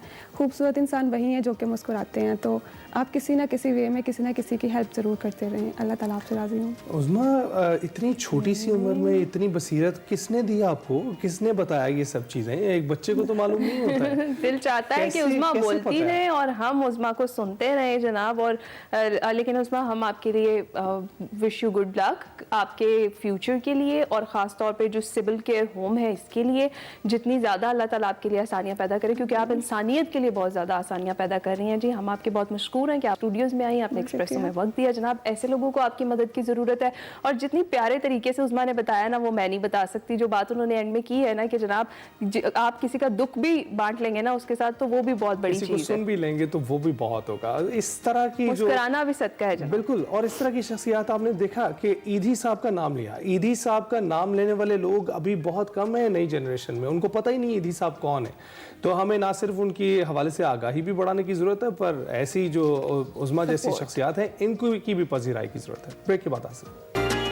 Welcome back. प्रोग्राम में आगे बढ़ते हैं, आपकी मुलाकात करवाते हैं एक्सप्रेसो हीरो से, जो कि सोल में red tone international junior squash championship में अंडर 9 कैटेगरी में पाकिस्तान के रियान जमान हैं जो कि गोल्ड मेडल जीत चुके हैं। बहुत ज़बरदस्त कारकर्दगी उन्होंने दिखाई है। पाकिस्तान के रियान ने फाइनल में मलेशिया के साइन देश को 11-7, 11-5 और 11-7 के स्कोर से 3-0 से शिकस्त दिया है। और रियान का ये दूसरा इंटरनेशनल इवेंट है और वो साबिक squash Asian champion Mansoor Zaman के साहबजादे हैं, साबिक आलमी चैंपियन कमर जमान के पोते हैं। मजीद रियान से बात कर लेते हैं। अन्य रियान हमारे साथ ही मौजूद हैं, उन्हीं से बात कर लेते हैं। रियान, सबसे पहले तो भाई कंग्रेचुलेशंस, बहुत ज़्यादा मुबारकबाद आपको, इतनी कम उम्र में फाइनल तक रसाई हासिल की और फिर गोल्ड मेडल ही अपना नाम कर लिया। जी थैंक यू। और सबसे पहले मैं अपने अल्लाह को शुक्र अदा करता हूँ कि उन्होंने मुझे कामयाबी हासिल करवाई, और मैं अपने अम्मी अब्बू को भी शुक्र अदा करना चाहता हूँ कि उन्होंने मेरे साथ बहुत ज़्यादा मेहनत की, और मेरी ख्वाहिश थी कि मैं यह टूर्नामेंट लाऊं अपने पाकिस्तान के लिए, और इसी तरह मैं मेहनत करूं और अपने कौम का नाम रोशन करूं। क्या बात है रियान, बहुत खूबसूरत बातें करते हैं आप। ये बताएं कि इस पूरे इवेंट में आपका मुकाबला किस किस से रहा है?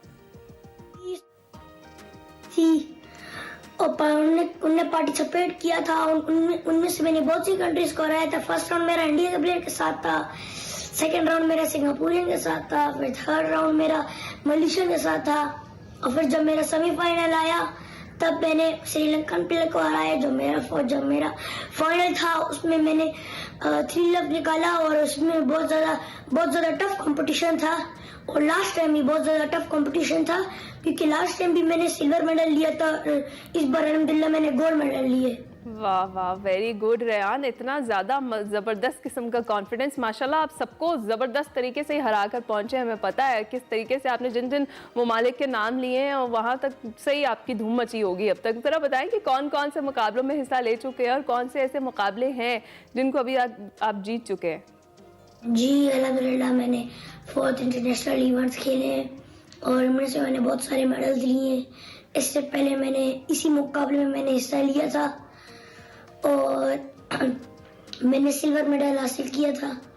और इस बार ना मैंने बहुत टफ टाइम दिया बंदों को, दूसरों को, और इस बार मैंने गोल्ड मेडल लिया और अपने पाकिस्तान का नाम रोशन किया। इससे पहले मैंने 2 और भी टूर्नामेंट्स खेले थे, एक दोहा जूनियर और दूसरा कतर जूनियर। इन दोनों में मैंने सिल्वर मेडल हासिल किया था, और मैं अपनी परफॉर्मेंस से बहुत सेटिस्फाइड हूँ। यार आप तो हमें भी टफ टाइम दे रहे हैं, मुझे लगता है अगला मुकाबला आप हमसे जीत जाएंगे बातें करने में। तो ये बताइएगा, आपकी उम्र सिर्फ 8 साल है, किस क्लास में पढ़ते हैं? पढ़ाई के साथ खेल को कैसे मैनेज करते हैं? अल्हम्दुलिल्लाह मैं दोनों चीज़ों को मैनेज कर लेता हूँ। मेरे स्कूल का नाम फज़ाइल डिग्री कॉलेज है, और मैं सुबह 6 बजे उठता हूँ, 8 बजे स्कूल जाता हूँ, फिर मैं 2 बजे आता हूँ स्कूल से, और फिर मैं 3 बजे स्क्वाश के लिए जाता हूँ, और फिर मैं मेरे बाबा है मंसूर जमान से मैं ट्रेनिंग करता हूँ, और दादा मेरे पीछे से गेम देख रहे होते हैं, और मैं जो मेरे दादा मुझे गलतियां बताते हैं, और उन गलतियों पे मैं काम करता हूँ, और फिर उसके बाद मैं घर आके मेरे कारी साहब आते हैं, उनसे मैं पढ़ाई करता हूँ, और फिर मैं अपना होमवर्क करता हूँ, और फिर मैं खाना खाने के लिए चले जाता हूँ, और ये मेरी डेली रूटीन है। वाह वाह वाह रेयान, कोई टाइम बचता है आपके पास क्या? पूरा आपने अपना स्केड्यूल जो है वो सेट रखा और चैंपियंस की फैमिली से जनाब एक और चैंपियन है रेयान हमारे साथ। रेयान बताएं कि स्क्वॉश के अलावा आपको कौन कौन सी एक्टिविटीज़ पसंद है जिनको आप स्क्वॉश के साथ जो है वो लाजमी करना पसंद करते हैं? खेल के साथ तो मुझे बिल्कुल टाइम नहीं मिलता, लेकिन मैं सैटरडे और संडे को मेरी स्कूल की छुट्टी होती है तो मैं दोस्तों के साथ बाहर प्लान बनाता हूँ और क्रिकेट और फुटबॉल खेल लेता हूँ। अच्छा रेयान, सुपर एक्टिव रेयान हमारे साथ मौजूद है जी। बहुत जबरदस्त रेयान, बहुत मजा आ रहा है आपसे बात करके। अच्छा ये बताइएगा, जिंदगी में क्या गोल सेट किए हैं आपने, क्योंकि अभी तो आपके पास स्केड्यूल इतना टाइट है कि आप कुछ और नहीं कर सकते, तो अभी क्या करने का इरादा है मजीद आपका? अल्हम्दुलिल्लाह स्क्वॉश तो हमारी फैमिली गेम है, और जिस तरह मेरे बाबा मंसूर जमान और जिस तरह मेरे दादा कमर जमान ने अपने पाकिस्तान और कौम का नाम रोशन किया था, इसी तरह मेरी भी ख्वाहिश है कि मैं अपने दादा और बाबा की तरह वर्ल्ड चैंपियन बनूं और अपने पाकिस्तान का नाम रोशन करूं इंशाल्लाह। जरूर रेयान, जरूर आप करेंगे, और एक चैंपियन दिख रहा है आप में, हमें अभी से आप चैंपियन हैं, आगे चलकर 8 साल के हैं अभी, तो आगे चलकर पता नहीं क्या क्या करना है आपने। अच्छा मुझे बताएं कि बहुत सारे लोग आपको देख रहे हैं, उनको कोई मैसेज देंगे, कोई पैगाम देंगे? जी मैं दोस्तों को ये पैगाम देना चाहता हूँ, चाहे वो खेल हो चाहे वो पढ़ाई हो, आप लोगों को मेहनत करनी चाहिए। अल्लाह किसी की भी मेहनत ज़ाया नहीं करता। जैसे मैं भी गया हूँ रिसेंटली मलेशिया और मैं गोल्ड मेडल लाया हूँ पाकिस्तान के लिए, इसी तरह आप लोग भी मेहनत करो, अपने पाकिस्तान के लिए नाम रोशन करो। और मेरी ये ख्वाहिशात है जो मैं बातें बोल रहा हूँ और जो मेरी बातें सुन रहे हैं, उन बातों पे हम हमारे दोस्त अमल करें इंशाल्लाह। क्या बात है रेयान, आपको सुनकर ऐसे लगा कि आपके दादा बात कर रहे हैं और ऐसी जबरदस्त और पुख्ता ईमान के साथ आप खेलते भी हैं और बात भी करते हैं, क्या बात है। और आपकी परवरिश करने वालों को भी जो है ना दाद देनी पड़ेगी, क्या कमाल परवरिश की है उन्होंने। आप बात करते हैं तो मज़ा आ जाता है, खेलते हैं तो मज़ा आ जाता है। रेयान की क्या बात है, बहुत शुक्रिया हमसे बात करने के लिए। और रेयान जैसे जो हमारे मुस्तकबिल के मेहमान हैं, जो हम देख रहे हैं कि इतनी छोटी छोटी उम्रों में ऐसे कारनामे से अंजाम दे रहे हैं, सिर्फ स्क्रीन की हद तक नहीं बैठे हुए, अभी मैदानों में उतर कर भी काम करके दिखा रहे हैं। और जी हमेशा देर कर देता हूँ मैं हर काम करने में, ज़रूरी बात कहनी हो, कोई वादा निभाना हो, एहसासात और जज्बात को अल्फाज का रूप देने वाले मुमताज़ शायर मुनीर नियाज़ी के मद्दाह आज उनकी 18वीं बरसी मना रहे हैं। मुनीर नियाज़ी 9 अप्रैल 1928 को भारत के ज़िला होशियारपुर में पैदा हुए। वो क़याम पाकिस्तान के बाद लाहौर आ गए। पंजाबी के 3 जबकि अंग्रेज़ी के 2 शेरी मजमूए यादगार छोड़े। इसके अलावा कुलियात मुनीर की भी इशाअत हुई जिसमें उनका मुकम्मल कलाम शामिल है। ने बेशुमार गीत, गज़लें और नज़में लिखीं। हुकूमत पाकिस्तान ने सदारती तमगा बराए हुस्न कारकर्दगी और सितारा इम्तियाज़, जबकि अकादमी अदबियात पाकिस्तान ने कमाल फ़न अवार्ड से नवाजा। हमेशा देर कर देता हूँ, छोटा सा ट्रिब्यूट हमने मुनीर नियाज़ी साहब को पेश किया। इसके साथ ही हम ब्रेक पर जाएंगे, आप कहीं मत जाएंगे।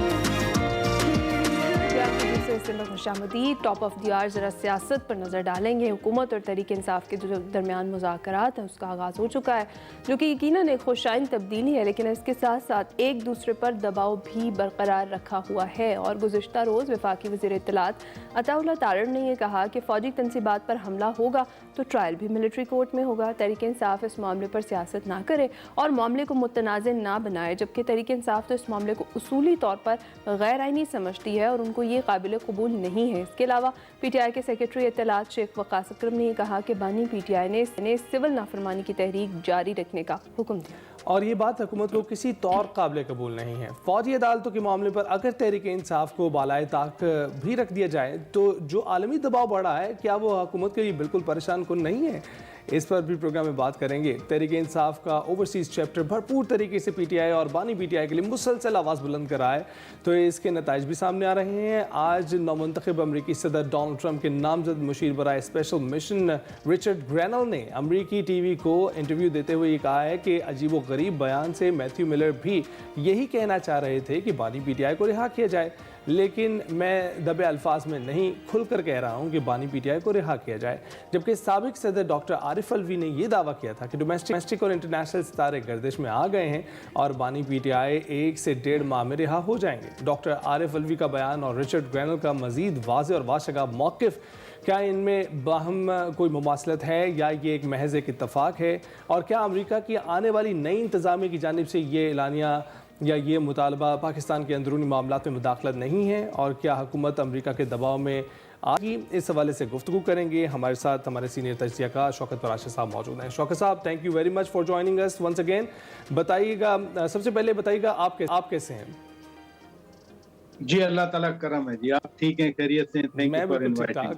अच्छा, ये बताइएगा कि इस वक्त मुल्की हालात और इस वक्त ये जो दबाव एक पैदा होता हुआ आपको नज़र आ रहा है, तो पहले हम मुल्की हालात की बात करते हैं, जो मुज़ाकरात की बात हो रही है। मुज़ाकरात के हवाले से जो अब ताज़ा तरीन इतलात आ रही हैं वो ये हैं कि कमेटी को इजाज़त दे दी गई है बानी PTI से मुलाकात के लिए। कैसे देख रहे हैं आप इसको? जी, once again thank you very much. जो लोग कमेटी में हैं वो पहले भी खान साहब से मिलते रहे हैं, जाकर वो इंडिविजुअली मिलते रहे हैं या 2-2, 3-3 की टोली में मिलते गए हैं। आज एक कमेटी की सूरत में जाकर मिल जाएंगे। दी मेजर थिंग इज कि जो फैसला है वो बानी PTI खान साहब खुद ही करते हैं।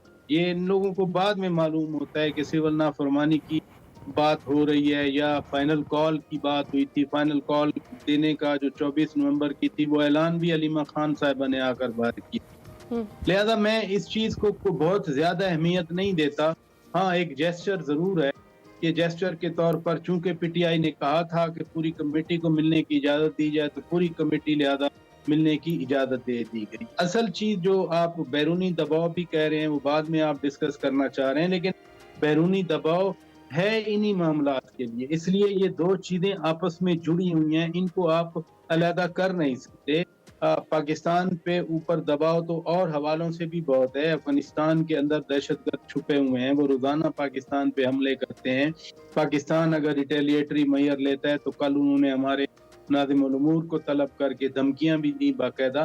तो चैलेंजेस तो पाकिस्तान के बहुत हैं, लेकिन मुज़ाकरात का शुरू हो जाना, एटलीस्ट जो है ना आगाज हो जाना, या एक ज़हन में एक विलिंगनेस आ जाना कि हाँ हम आपस में बैठ के बात तो करें, मैं इसको बड़ी अहमियत देता हूँ। ठीक है। अच्छा पराचा साहब, जिस तरह से आपने कहा कि खुश आइंद है मुज़ाकरात का इनिशिएट होना ही बहुत बड़ी चीज़ है और टेबल पर बैठकर बात करने का सोचना ही बहुत बड़ी चीज़ है, लेकिन जिस तरीके से दोनों जानिब से दबाव बरकरार रखा जा रहा है एक दूसरे पर, हुकूमत का अलग प्रेशर है, जिस तरह से भी अताउल तारड़ का भी हमने जिक्र किया, वो क्या कह रहे थे, और पाकिस्तान तहरीक इंसाफ भी बार बार अपने मुतालबात के साथ मशरूत मुज़ाकरात ही चाहती है। तो जो टाइम फ्रेम वाला मुतालबा है, क्या उस प्रेशर में हुकूमत आएगी और इस प्रेशर में क्या मुज़ाकरात हो भी पाएंगे? देखिए ना, एक पार्टी है जो गवर्नमेंट है, जो स्टेट है, दूसरी पार्टी है जो अपोजिशन में है, वो अपने आप को ऑप्रेस्ड फील करते हैं और वो जेलों में। जो अपर हैंड है वो तो रियासत का है, वो हुकूमत का है, देने की पोजीशन में हुकूमत है। PTI ने क्या देना है हुकूमत को? मसलन PTI ने अगर ये एहतजाजी या इंतशारी हरबे हैं, वो आज से तो नहीं है। 25 मई 2022 को भी यहाँ लॉन्ग मार्च किया गया, फिर 26 नवंबर 2022 को लॉन्ग मार्च किया गया, फिर 9 मई हो गया, फिर ये अक्टूबर में एहतजाज हुआ जब SCO हो रही थी, शंघाई ताउन तंजीम का इजलास हो रहा था, फिर 24 नवंबर को जब बेलारूस के सदर लुकाशेंको यहाँ पर आए हुए थे, उस वक्त एहतजाज हुआ। तो एहतजाज को नई बात नहीं है। लिहाजा जो अगर कुछ देना है तो वो रियासत ने, वो हुकूमत ने देना है। जो टाइम फ्रेम जो है, ऑब्वियसली फॉर एनी लॉजिक, ये तो नहीं हो सकता कि 2 साल आप टॉक करते रहे, आप मुज़ाकरात करते रहे। उसमें जो मिलिट्री कोर्ट्स हैं उन्होंने अपनी सजाएं भी सुनानी है। मसलन 85 में से 25 की सजा सुना दी, अगली किस्त पता नहीं किस तरह होगी, कितनी होगी, सजाएं होंगी या माफ करेंगे। तो जब ये डेवलपमेंट्स आती रहेंगी, अगर आप मुज़ाकरात को 6 महीने ले जाते हैं तो ये भी तो इम्पैक्ट करेंगे। लेकिन रिचर्ड ग्रेनल की आपने भी बात कर दी, अमरीकी इंतजामिया की तरफ से, बरतानवी वजारत खारजा की तरफ से, यूरोपियन यूनियन की तरफ से, ये इन्हीं सजाओं पे जिस तरह के तहफ़्फ़ुज़ात आए हैं वो भी तो ज़हन में रखने हैं। ये नहीं है कि यूरोपियन यूनियन GSP+ देता रहे और उनके कंसर्न्स को हम इग्नोर करें, बरतानिया पार्टनरशिप करता रहे, हम बिल्कुल शौकत साहब, लेकिन इसके साथ ये भी बताइएगा कि जो मुल्की मामलात की बात कर रहे हैं, आखिरी सवाल उसके हवाले से वो ये कि इस वक्त मुज़ाकरात और जो फैसला 190 मिलियन पाउंड का आने वाला है उसकी जो तारीखें हैं वो बहुत करीब हैं एक दूसरे से, तो क्या ये भी आप देख रहे हैं कि इससे कुछ प्रेशर बिल्ड होगा पीटीआई पर कि वो हुकूमती मुतालबात माने? मैंने पहले भी बात की कि देने की पोजीशन में तो रियासत होती है, हुकूमत होती है। यही 190 मिलियन स्टर्लिंग पाउंड वाला केस था। ये 23 दिसंबर के हवाले से खुद जनाब जज साहब ने फरमाया था कि मैं पीर के रोज ये फैसला सुनाऊंगा। अब जजमेंट तो रिजर्व्ड है, इस फैसले को डिले करना क्योंकि कमेटी की मीटिंग चली गई 2 जनवरी के हवाले से, तो इट मींस के 190 मिलियन स्टर्लिंग पाउंड केस का फैसला कहीं ना कहीं तो जुड़ा हुआ है, और यकीनी तौर पर इस मुल्क में हर चीज आपस में जुड़ी हुई होती है, एक चीज दूसरी से आइसोलेटेड नहीं है। लिहाजा 2 जनवरी को जो पोस्चर होगा पीटीआई का, आज खास तौर पर हदायत लेने के बाद फिर उसमें क्या कोई और मुतालबात शामिल होने हैं या नहीं, क्योंकि चार्टर ऑफ डिमांड्स लेके आना है पीटीआई ने, उसमें और क्या चीजें होंगी, ये सारा बड़ा इंटरेस्टिंग होगा देखने में। बिल्कुल बिल्कुल। तो ये नामजद खुसूसी एलची जो रिचर्ड ग्रेनल हैं, अब इनका बयान सामने आया है और उस वक्त सामने आया है जब एक दिन पहले हमने देखा कि साबिक सदर ने जो बयान दिया इस हवाले से कि 1-1.5 महीने में वो बाहर आ रहे हैं, बानी पीटीआई बाहर आ रहे हैं, और फिर उसके बाद रिहाई का मुतालबा कर दिया गया है। लेकिन ये अभी नामजद हैं, इन्होंने अपनी ओहदे का हल्फ नहीं उठाया है और अभी खुसूसी एलची का जो है वो इनके पास ओहदा नहीं है। तो इस सूरत में इनका बयान देना वो कितनी अहमियत का हामिल है, और जब ये ओहदा उठा लेंगे उस सूरत में भी अगर इन्होंने सेम जो मुतालबा है वो दोहरा दिया तो उस वक्त क्या सूरत हाल होगी? पहली बात तो ये है कि it's a matter of concern कि एक इतनी लॉबी की गई है पीटीआई की तरफ से, इतने लोगों को अप्रोच किया गया है, ये पहली बार तो नहीं आवाज आई। कांग्रेस में, यूएस कांग्रेस में बाकायदा करारदाद पास हुई, भारी अक्सरियत से पास हुई, फिर कांग्रेसमैन खत लिखते रहे, कभी एक कांग्रेसमैन लिख रहा है, कभी दूसरा लिख रहा है, 20 बरतानवी एमपीज ने खत लिखे, और आपको याद है बरतानवी वजीर खारजा डेविड लेमी ने फिर खत का जवाब भी दिया था, और उस खत में उन्होंने लिखा था कि हमें अभी कोई ऐसा इंप्रेशन नहीं मिला कि खान साहब का जो केस है वो मिलिट्री कोर्ट का है। यूरोपियन यूनियन का भी आपके सामने सारा कुछ आ गया, इसलिए एक वेव तो बना दी गई ना, और उसको तो एक आवाज पीटीआई ये कहती है कि इंसानी हुकूक जब पामाल होंगे तो फिर आवाजें तो उठेंगी, फिर जवाब तो आपको देना पड़ेगा। नहीं, ये जो खत लिख रहे हैं या ये जो बोल रहे हैं, काश ये जाकर उधर गजा में भी खड़े हो जाते, वहां लेट जाते, टैंकों के आगे, मिसाइलों के आगे, बम्बों के आगे, ये कह देते कि छोटे छोटे बच्चों को शहीद किया जाता है। जब देखे ना इंसानी हकूक एज अ यूनिवर्सल वैल्यू है तो फिर उसके लिए आवाज भी तो यूनिवर्सल होनी चाहिए। ये क्यों है कि यहाँ पर पाकिस्तान के अंदर एक सियासी मैं कहता हूँ डिस्क्रिमिनेशन है, फर्ज किया मैं कहता हूँ कि ये विक्टिमाइजेशन है, फर्ज किया मैं कहता हूँ इलेक्शन में रिगिंग है, हम सपोज करते हैं, हाइपोथेटिकल बात कर रहा हूँ, इवन देन किसी को क्या हक हासिल है? अगर यूनिवर्सल वैल्यूज हैं तो फिर उनका अतलाक यूनिवर्सल होना चाहिए ना। फिर जहाँ इंसान बेकसूरा मारा जा रहा है, जहाँ एक बच्चा शहीद किया जा रहा है, जहाँ पर खवातीन को अस्पतालों में घुस के मारा जा रहा है, वहां तो ज्यादा आवाज बनती है ना, वहां जाके बोले ना, वहां खड़े होके। ये रिचर्ड ग्रेनल वहां भी बात कर, राइट। लेकिन मैं फिर कहूंगा, जब आपने कहा ना कि 20 जनवरी के बाद ये जो एडमिनिस्ट्रेशन आ जाएगी, यकीनन वो आवाजें उठाएंगे, मुझे नजर आ रहा है। अच्छा। और वो बड़ी पावरफुल आवाजें होंगी। उससे बेहतर है कि पाकिस्तान के अंदर जो हम खुद हैं, पीटीआई हो, नून लीग हो, पीपल्स पार्टी हो, जमात इस्लामी हो, जेयूआई हो, कम से कम एक टेबल पे बैठने के लिए रजामंद हो गए, इस प्रोसेस को सीरियसली आगे बढ़ाना चाहिए। सही है। तो पराचा साहब, ये जो बैरूनी दबाव की हम बात कर रहे हैं, जिस तरह से अमेरिका इन मामलात में जो है इंटरफेयर कर रहा है, इसको मुदाखलत ही कहेंगे ना बैरूनी, और पाकिस्तान तहरीक इंसाफ भी खुद भी ये कहती रही है कि बैरूनी मुदाखलत और अमेरिका की मुदाखलत नहीं होनी चाहिए। तो इसको तो खुश आइंद करार दे रहे हैं कि जो भी हमारे लिए जिन्होंने आवाज़ उठाई है हम उनके मशकूर हैं, और जो सच बात है वही की गई है इस जानिब से भी। तो क्या ये फिर बैरूनी मुदाखलत के ज़ुमरे में नहीं आता? सर्टेनली बैरूनी मुदाखलत तो बैरूनी मुदाखलत, वो किसी भी फर्म हो, किसी के हक में हो, किसी मुखालफत में हो, सर यानी ये तो वैसे ही है, पाकिस्तान किसी के लिए हलाल और किसी वक्त में हराम। एब्सोल्युटली नॉट का नारा भी तो इधर से ही आया था। कहा गया था कि हम कोई गुलाम हैं। अब उन्हीं जिनको ललकारा गया था उन्हीं की आवाजों को वेलकम किया जा रहा है। ये बस आयरनी ऑफ द फेट है। शौकत साहब, ये ख्वाजा आसिफ का बयान भी इस हवाले से सामने आया है, जिसमें उनका ये कहना है कि पहले यहाँ से बानी पीटीआई को रिहा करवाया जाएगा, उनको आज़ादी दिलवाई जाएगी और फिर बानी पीटीआई अमेरिका से आज़ादी दिलवाएंगे। यानी मदाखलत इसलिए करवाई जा रही है कि मदाखलत को खत्म किया जाए। ये फिर इन्हीं का ही कोई फार्मूला होगा। अब इसकी हमें तो लॉजिक, जो कॉमन लॉजिक है, उसकी समझ नहीं आती। लेकिन देखे ना, जो का पार्ट मादी में अमेरिका इन्फ्लुएंस करता रहा है, ये कहना कि अमेरिका का इन्फ्लुएंस नहीं होगा, ये कहना कि अमेरिकी इन्फ्लुएंस को एक्सेप्ट नहीं किया जाएगा या उस पर गौर नहीं किया जाएगा, पाकिस्तान की हिस्ट्री इस मफरूजे को डिफाई करती है।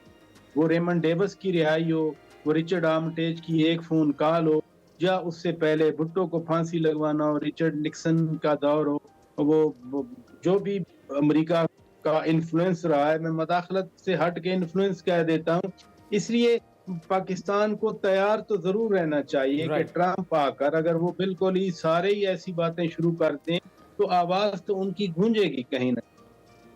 बिल्कुल, तो बिल्कुल ठीक, बिल्कुल पाचा साहब, सही बात यही आपने की है। लेकिन फिर हमारे जो पॉलिटिकल साइंस के स्टूडेंट्स हैं उनके लिए सीखने की बात क्या है इस सारे उसके अंदर? ये तो वही गोल दायरा है जिसमें घूम रहे हैं, और जिसमें जिसका फायदा होता है वो उसको सही कह देता है, जिसमें जिसका नुकसान होता है वो उसको गलत कह देता है। सीखने की बात जो सबसे अहम है एट द मोमेंट, मैंने आपको अफगानिस्तान वाला रेफरेंस भी दिया, जो कल परसों जो कुछ हुआ, मैंने ईस्टर्न बॉर्डर की बात भी की। जो पाकिस्तान को करना है, जो हम सब को करना है, we have to set our house in order. हमें अपने मसाइल खुद हल करने, हमें जब हम अपने मसाइल खुद हल करने की तरफ बढ़ेंगे तो फिर ना हमें किसी की मदाखलत का डर होगा और ना किसी के इशारे का इंतजार होगा। बिल्कुल ठीक बात है। शौकत साहब, बहुत बहुत शुक्रिया हमसे गुफ्तगू करने के लिए। शौकत साहब ने जैसे किया कि किसी की मदाखलत की ज़रूरत ही नहीं है, मुज़ाकरात का अमल जो जारी है तो आप मुज़ाकरात से हल निकालें, दोनों फरीक़ैन बैठें, किसी एक नुक्ते पर आएँ और फिर उसके बाद रिहाई जो है उसको मुमकिन बनाएं। अगर वो ये दावा करते हैं कि ये सारे सियासी केसेस हैं तो आप भी उसको माने ना कि कल को ये स्विच हो सकती हैं प्लेसेस। तो देख के चलिएगा, एहतियात से चलिएगा, मुल्क का ख्याल रख के चलिएगा, आवाम का ख्याल रख कर चलिएगा। Welcome back to Expresso. अब शामिल करेंगे सेगमेंट सफ़र है शर्त, जिसमें वक़ार अहमद मलिक इस वक्त सरबाज खान के साथ मौजूद हैं और किस खूबसूरत मकाम पर बैठकर वो बात कर रहे हैं। ज़रा भी आप देखेंगे, आपका भी दिल यही करेगा कि जो हम वहाँ पहुँच जाएँ, क्योंकि हमारा भी यही दिल करता है कि वक़ार साहब को हम स्टूडियो में बिठाएं और ख़ुद हम उस मकाम पर बैठ कर जाकर बातचीत करें। तो देखते हैं क्या गुफ्तगू हो रही है।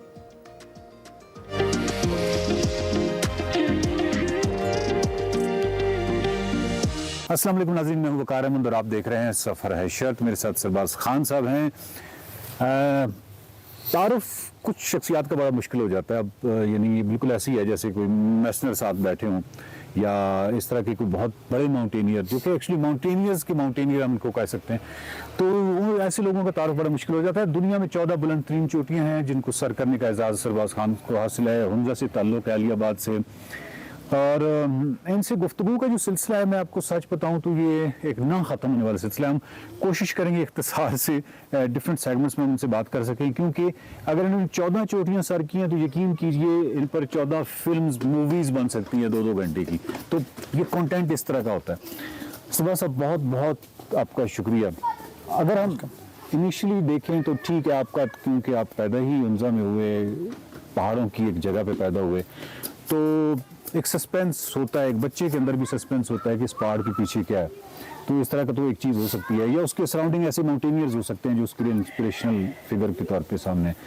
आपका एग्जैक्टली क्या था, यानी जिसने आपको इस तरफ लेके गया, इस फील्ड की तरफ?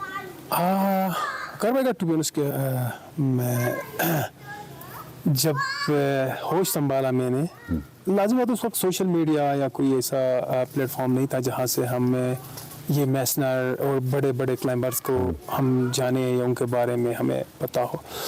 वही था कि हमारा नज़ीर साहब, अशरफ साहब, हमारा इस हुंजा सेंट्रल हुंजा के होने की वजह से हमारे घर में हमारे पेरेंट्स या हमारे रिलेटिव्स जो सीनियर्स थे वो बात करते थे कि अशरफ साहब पहला इंसान, पहला पाकिस्तानी जिसने K2 सर की, नज़ीर साहब। तो यहीं से हमारे तो स्टार्ट होती है कि एक तो हमारे यहाँ पे हम पहाड़ी हैं, हम पहाड़ों के बीच में रहते हैं, अक्सर हम माल मवेशी के साथ पहाड़ों पे जाते हैं, तो बचपन से लाइक चाइल्डहुड से हम उसके साथ पहला दूसरा आपका स्टेज वहीं पे ही मुकम्मल होता है जब आप इन पहाड़ों पे होते हैं, इनके साथ आप मवेशिया, वही बचपन का वही कि इसके साथ एक रिश्ता पैदा होता है। पहला 8000 कब देखा आपने? K2 वालबन जब आप गए थे इसके बेस कैंप पे या फिर? बिल्कुल क्योंकि जब मैं K2 पहली दफ़ा 9th क्लास का स्टूडेंट था, उसमें मुझे समर्स की छुट्टियों पे, वेकेशंस पे मुझे मौका मिला वहाँ पे एज ए पोर्टर जाने का। और K2 पहली दफ़ा मैंने 2004 में देखा, जो कि K2 की गोल्डन जुबली थी। और फिर उसके बाद फिर मैं समर्स में, ये एक नशा है अगर देखा जाए तो, जो टूरिज्म, खासकर एडवेंचर टूरिज्म जो है एक नशा मैं कह सकता हूँ। तो उसके बाद फिर मैं लगातार जाता रहा उन पीक्स के ऊपर एज ए किचन क्रू। और जब मैं उसके साथ साथ मेरी पढ़ाई भी जारी रही और मैं BCom की, और उन अरसों में मैं भी समर्स में और वेकेशन में जाया करता था एज ए किचन क्रू। तो काफ़ी कोशिश की मैंने 2010 के बाद कि मुझे कोई ऐसा प्लेटफॉर्म मिले जहाँ से मैं कोई ट्रेनिंग लूँ और मैं प्रॉपर क्लाइंबिंग करूँ। बट पाकिस्तान में हमारी बदकिस्मती कोई ऐसा इदारा या ऐसा कोई मुझे वो नहीं मिला जहाँ मैं ट्रेन हो सकूँ, बेसिक या एडवांस ट्रेनिंग ले सकूँ, लेकिन वो मौका नहीं मिला। लेकिन 2014 में मुझे एक मिगमा जी, जो कि दुनियाई क्लाइंबिंग अल्पाइनिज्म में इस दौर का एक लेजेंड माना जाता है और है भी, क्योंकि मुझे मेरा 14 पीक्स में, 12 पीक्स में उसके साथ ही कर चुका हूँ, उसकी उसमें सरपरस्ती में। और नंगा पर्वत पे जब 2014 में वो मुझे मिला, उसने मुझे सजेस्ट की कि आप सरबाज ये काम छोड़ दो, गाइडिंग आप क्लाइंबिंग की तरफ आओ। अच्छा, क्लाइंबिंग की तरफ, क्योंकि मैं बचपन से एथलीट रहा हूँ। मैंने नेशनल वॉलीबॉल खेली है, नेटबॉल गिलगित बल्चिस्तान से खेलता हूँ, जेवलिंग और डिस्कस मैंने पाकिस्तान नेशनल गेम्स या सिंध गेम्स में खेला हुआ हूँ। तो उसने कहा कि सरबाज आप क्विक करो और ये चीज़ और क्लाइंबिंग की तरफ आओ। और मुझे 2016 में उसने K2 पे बगैर ट्रेनिंग, बगैर कोई उसके समझ के मुझे उसने अपनी सरबराही में मुझे उसने क्लाइंबिंग का मौका दिया। बहरहाल K2 सबसे हम कैंप 3 तक गए। कैंप 3 तक गए। आपने उससे पहले कोई नहीं ट्रेनिंग या कुछ नहीं, उस तरह नहीं था? कुछ नहीं। इवन मुझे सरबाज बताइए, जब आप कैंप 3 पे पहली दफ़ा फर्स्ट टाइम, यानी वो भारत तो ही होगी ना, मतलब एक ऐसी चीज जो कि एक माउंटेनियर ऑब्जर्व कर सकता है कि ऊपर क्या होता है। तो पहली दफा एक बच्चा जो है वो जा रहा है और तीसरे कैंप तक जाता है, तो वो तो फिर आपको मजीद नशा बढ़ गया होगा फिर? बिल्कुल हाँ भाई। मैं, क्योंकि मेरा जो लीडर था मिगमा जी, तो वो एक आपको इतना हौसला देता है कि जबरदस्त कुछ नहीं है, चले, क्योंकि उसने पहले काफ़ी पीक्स कर चुके थे वो। लेकिन अल्हम्दुलिल्लाह मैं उसके साथ मैं 5 ऑक्सीजन जो हमारे चाइनीज़ का, तो 5 ऑक्सीजन लेके मैं कैंप 3 तक गया। और उसके बाद उसने कहा सरबाज आपने जारी रखनी है, ये आप कर सकते हैं। फिर 2017 में ऑटम नंगा पर्वत पे मेरा दूसरा एक्सपीडिशन थी। मुझे मिगमा ने कहा कि हम ऑटम ट्राई कर रहे हैं नंगा पर्वत। जब हम नंगा पर्वत का प्लान किया, उसमें मुझे मिगमा भाई ने कहा कि आप मोहम्मद अली साद पारंबर हूँ, जो कि पाकिस्तान के लेजेंड में अल्लाह उसको मफ़रत करे, उसके साथ हमें मौका मिला कि हम ऑटम क्लाइंब करने का। और मेरा पहला 8000 पीक था वो। और हमने दुनिया की पहली ऑटम असेंट उसमें हो गया मेरा। और ये आपकी पहली नंगा पर्वत जो हम, यानी वो चोटी जिसने सबसे ज्यादा लोग जो हैं उसमें और जिसको किलर माउंटेन भी कहा जाता है, तो उसको क्लाइंब करने के बाद, और वो ऑटम पहली असेंट होने के बाद मैंने एक मिशन अनाउंस की, मिशन समिट 14। तो दुनिया की पहली ऑटम एसेंट थी और मजे की बात मैंने वो पीक 2 अक्टूबर को की और जो मैंने लास्ट पीक मिशन 14 की पहली पीक 2 अक्टूबर को, मिशन समिट 14 की लास्ट जो पीक है वो 4 अक्टूबर को और दरमियान में जो 3 अक्टूबर आता है वो मेरे शादी का दिन है। तो अल्हम्दुलिल्लाह 2 अक्टूबर को हमने क्लाइम की और उसके बाद फिर मुझे हौसला भी आया कि सबसे, क्योंकि ज़्यादातर जो 14 मिशन होती है वो ज़्यादातर क्लाइम करते हैं नंगा पर्वत को 10th के बाद, क्योंकि वो सख्त मुश्किल तब तक, क्योंकि उनको कॉन्फिडेंस भी आया होता है, उनका ट्रेनिंग भी अच्छी होती है, एक्सपीरियंस भी होता है। तो उसके बाद मैंने मिशन समिट 14 अनाउंस की और 2018 में मुझे जापानियों के साथ नज़ीर साबिर एक्सपीडिशन में K2 क्लाइम करने का मौका मिला और मैं और फजल भाई ने, फजल जो कि शिमशाल से ताल्लुक़ रखते हैं, और हमने उसको भी 2018 में जापानियों के साथ विदाउट ऑक्सीजन मैंने क्लाइम की, जो कि 14 में टॉप जो सख्त आपने इनिशियल स्टेज पे कर ली। और उसके बाद फिर मैंने अप्लाई की उधर के लिए, नेपाल के लिए एवरेस्ट का प्लान बना और यहाँ पे वो ख्वाब बुनना आप शुरू हो चुके थे 14 का? जी, जब मैंने नंगा पर्वत से पहले भी था लेकिन इतना उस लेवल पे नहीं था। जब मैंने नंगा पर्वत की और जिस तरीके से मुझे मेरे लोगों ने जो एडवेंचर से प्यार करते थे, जो माउंटेन से प्यार, उन्होंने मुझे इतना हौसला दिया कि सरबाज आप कर सकते हैं। फिर नंगा पर्वत के बाद मैंने मिशन समिट 14 अनाउंस की और अल्हम्दुलिल्लाह एक के बाद एक मुझे कामयाबी मिलती रही, जाके फिर 14 पीक्स कर लिया मैंने। और इसमें वेलकम बैक टू एक्सप्रेसो जी। अब ज़रा हम सब के मुश्तरका मसले की बात कर लेते हैं, इंटरनेट की बंदिश और सुस्त रफ्तारी, जिससे हर कोई परेशान दिखाई दे रहा है। बच्चे हों, जवान या बूढ़े, सभी इससे मुतासिर हैं, जबकि इंटरनेट मसाइल के बायस जो मकामी कारोबार हैं उनको नुमाया धचका लगा है, क्योंकि इंटरनेट की मुसलसल कमी न सिर्फ पैदावारी सलाहियत में रुकावट बन रही है बल्कि बैनुल अक़वामी क्लाइंट्स के एतमाद को भी खोने का बायस बनी है। और मकामी IT फर्म्स जो हैं, ख़ास तौर पर जो वेब डेवलपमेंट और डिजिटल मार्केटिंग में शामिल है, उनको कारकर्दगी में ज़बरदस्त किस्म की कमी का सामना है। जिन कामों में पहले 5 से 6 घंटे लगते थे, अब वो करीबन 10 घंटे बढ़ गए। बिल्कुल, और जिससे काम का बोझ भी बढ़ गया है, ऑपरेशन लागत दुगनी हो गई है और मज़ीद बैरून मुल्क मौजूद जो क्लाइंट्स भी हैं वो काम देने से हिचकिचाने लगे हैं। ऑनलाइन रोज़गार कमाने वाले इदारों पर मज़ीद दबाव बढ़ता चला जा रहा है और अब तो इत्तेहादी जो हैं, जो हुकूमत के इत्तेहादी हैं, वो भी निश्तर बरसाने लगे हैं हुकूमत पर और उनके इन फैसलों पर कि आवाम को दिलासा देती हुकूमत नज़र नहीं आती है। इत्तेहादी जो PP के चेयरमैन बिलावल भुट्टो जरदारी हैं, उन्होंने भी इस अहम तरीन मसले पर सदा बुलंद की है और गुफ्तगू करते हुए उन्होंने अपने एक खिताब में कहा है कि जो फैसला कर रहे हैं इनको कोई फ़र्क नहीं है पड़ता कि VPN ऑन हो, इंटरनेट ऑन हो या ना हो, मगर हमें, आपको और उन्हें यानी बिलावल भुट्टो जरदारी को ज़रूर फ़र्क पड़ता है। तो इससे पता चल सकता है कि जो नई नस्ल है कितनी मुतासिर हो रही है इस वक्त हुकूमती फ़ैसलों से। और इसी पर बात करने के लिए digital media expert Sadaf Khan हमारे साथ मौजूद हैं। सदफ़, बहुत शुक्रिया हमें ज्वाइन करने के लिए। कैसी हैं आप? ठीक ठाक, आप कैसे हैं जी? बिल्कुल ठीक ठाक। सदफ़, कैसे देखती हैं ये जो इक़दाम किए जा रहे हैं, फायरवॉल किसी वक्त लगाने की बात की जा रही है, कभी कोई लाइन बिछाने की बात की जा रही है, पर कोई ना कोई बहाना लगाकर काफ़ी देर से हुकूमत ऐसे इक़दाम कर रही है जिससे इंटरनेट मुसलसल सुस्त रवि का शिकार है। कैसे देखती हैं इन इक़दाम को? बिल्कुल, इसमें सबसे अफसोस की बात तो यह है कि हुकूमत आज भी पता नहीं एक ऐसे दौर में मुझे रहती नज़र आ रही है जहाँ पे technology is not a part and parcel of economy. हमारी एवरीडे लाइफ का वो पार्ट नहीं है। दुनिया भर में अब एक नॉलेज इकॉनमी की बात होती है, नॉलेज बेस्ड इकॉनमी की बात होती है, जिसकी बैकबोन ही इंटरनेट और डिजिटल टेक्नोलॉजीज़ हैं।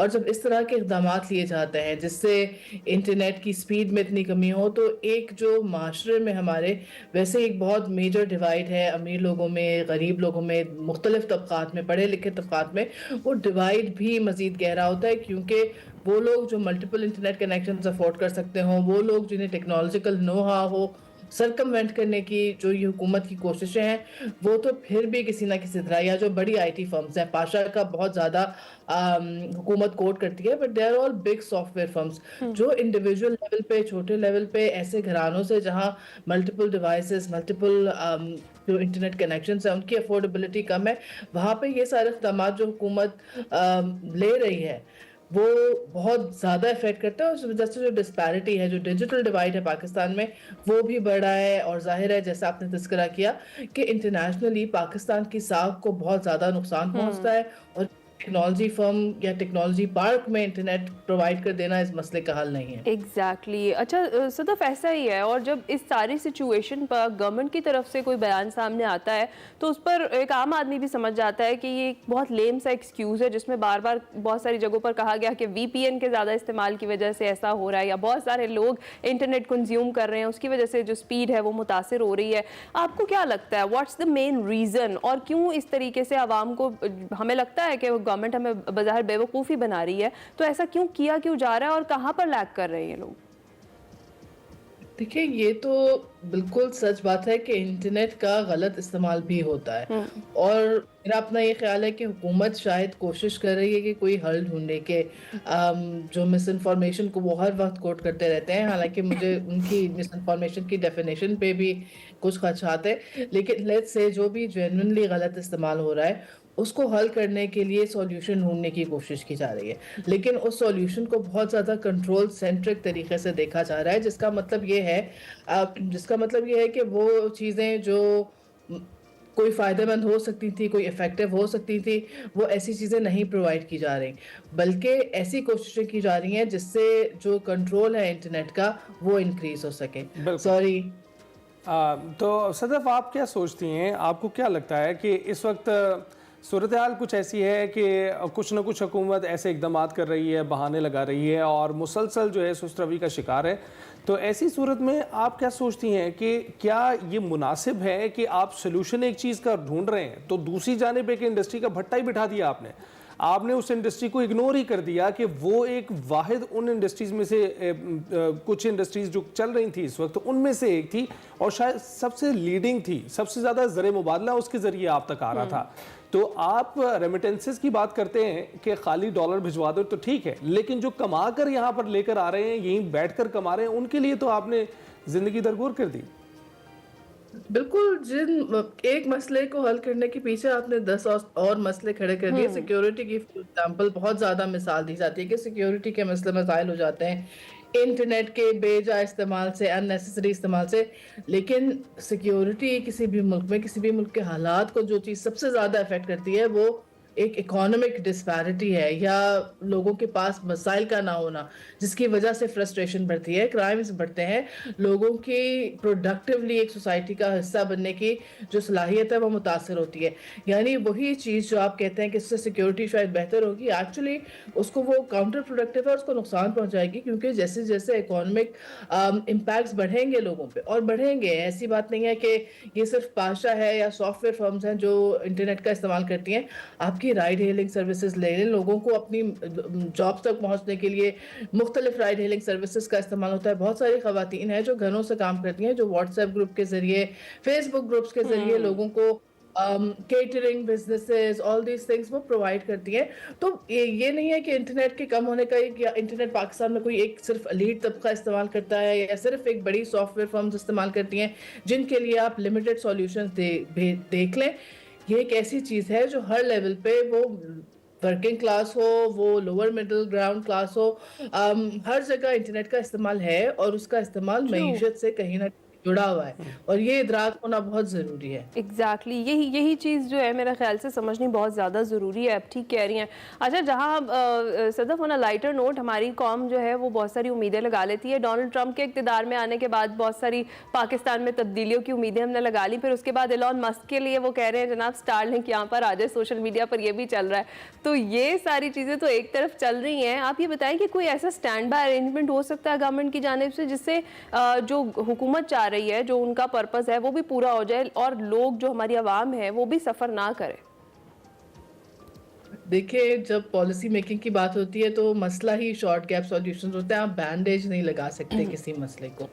जो मसला है उसकी रूट तक पहुंच के उसकी रूट को टैकल करने की ज़रूरत है। ये समझने की ज़रूरत है कि मिस इन्फॉर्मेशन या प्रोपेगेंडा या इंटरनेट का जो गलत इस्तेमाल है वो वो असल मसला है। इंटरनेट होना या टेक्नोलॉजी का एक्सेस होना वो असल मसला नहीं है। मिस इन्फॉर्मेशन दुनिया भर में, आपको एक एग्जांपल देने जो साइंटिफिकली प्रूवन हो कि इंटरनेट के बंद हो जाने से या किसी सोशल मीडिया प्लेटफॉर्म के बंद हो जाने से मिस इन्फॉर्मेशन में कमी आई हो, बिल्कुल कोई ऐसी मिसाल हमारे पास मौजूद नहीं। या इंटरनेट शटडाउन कर देने से टेररिज्म रुक गया हो, कोई हमारे पास ऐसी मिसाल मौजूद नहीं। तो ऐसी सॉल्यूशंस को ट्राई करना जिनके ऊपर कोई हमें फ़ायदा नज़र नहीं आता, कोई इफेक्टिवनेस नज़र नहीं आती, ऑब्वियसली उसका कोई फ़ायदा नहीं होगा। हाँ, हमारी अवाम में डिजिटल लिटरेसी की कमी है, हमारी अवाम is very vulnerable, susceptible to जो मिस इन्फॉर्मेशन कैंपेन्स। यानी जो आपकी तवज्जो होनी चाहिए वो इस बात पे होनी चाहिए कि अवाम में क्रिएटिव थिंकिंग, चीज़ों को समझने की सलाहियत, डिजिटल टेक्नोलॉजी को समझने की सलाहियत, यानी डिजिटल मीडिया लिटरेसी के ऊपर आप कोई काम नहीं कर रहे, आप वो काम करें।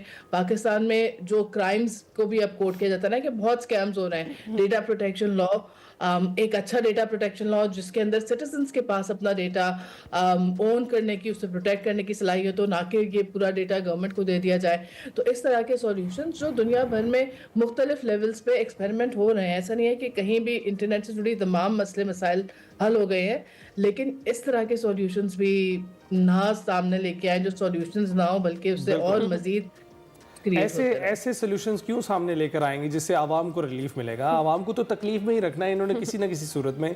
सदर, बहुत शुक्रिया हमसे गुफ्तगू करने के लिए। और जनाब, आपने नथ डालनी है अपने सियासी हरीफों पर को अपने साथ लेकर चलना है, बिल्कुल कीजिए, सियासत को अपनी जगह पर रखिए, लेकिन इसके साथ साथ ये ज़रूर याद रखिए कि आपके साथ कुछ सीरियस यूज़र्स जो इंटरनेट के साथ वाबस्ता हैं वो यहाँ पर मौजूद हैं और वो मुतासर हो रहे हैं। ये वो यूज़र्स हैं जो आपको टैक्स भी पे कर रहे हैं, जब ज़र मुबादला यहाँ पर आता है आप उसको रेमिटेंसेज में भी गिनते हैं। तो इन यूज़र को मुतासर करेंगे तो अपनी जेब पर आप खुद डाका मारेंगे। ज़रा सोचिएगा। ब्रेक पर जाएंगे। Welcome back. टेनिस के मैदान से आपको खुशखबरी सुनाते हैं। पाकिस्तान के उभरते हुए टेनिस स्टार और पाकिस्तानी अंडर 14 नंबर 1 खिलाड़ी हसन उस्मानी ने आलमी सतह पर पाकिस्तान का नाम रोशन कर दिया है और सऊदी अरब के शहर जद्दा में खेले गए ITF चैंपियनशिप में हसन उस्मानी ने वाइल्ड कार्ड पर शिरकत की, शानदार खेल पेश किया और फाइनल में तुर्कमानिस्तान के सुलेमान हुदाबियार को उन्होंने 6-3 और 6-1 से हराकर चैंपियन बनने का एजाज़ हासिल कर लिया है। एशियन अंडर 14 के सिंगल्स और डबल्स टाइटल जीतने का तारीखी कारनामा अंजाम देने वाले हसन उस्मानी ने legendary tennis star Rafael Nadal के हाथों ट्रॉफीज़ वसूल की हैं और राफेल ने उनके साथ तस्वीर भी बनवाई हैं, अपने अकाउंट से भी शेयर की हैं, जो किसी भी टेनिस खिलाड़ी के लिए बहुत बड़ा एजाज़ है। मज़ीद उनकी इस शानदार फतूहात पर उन्हीं से बात कर लेते हैं। जी हाँ, हसन उस्मानी हमारे टेनिस प्लेयर हमारे साथ ही मौजूद हैं। अस्सलाम वालेकुम हसन, कैसे हैं आप? वालेकुम सलाम, मैं ठीक हूँ, आप कैसे हैं? अल्हम्दुलिल्लाह। हसन, सबसे पहले तो बहुत बहुत मुबारकबाद इस ITFC चैंपियनशिप जीतने पर। कैसा महसूस कर रहे हैं? जी थैंक यू सो मच। मुझे बहुत ज़्यादा अच्छा फील हो रहा है क्योंकि राफेल नडाल जो कि टेनिस के लेजेंड हैं, उन्होंने टेनिस की ट्रॉफी डिस्ट्रीब्यूशन की है और कॉन्ग्रेचुलेट भी किया है, विच इज़ एन ऑनर।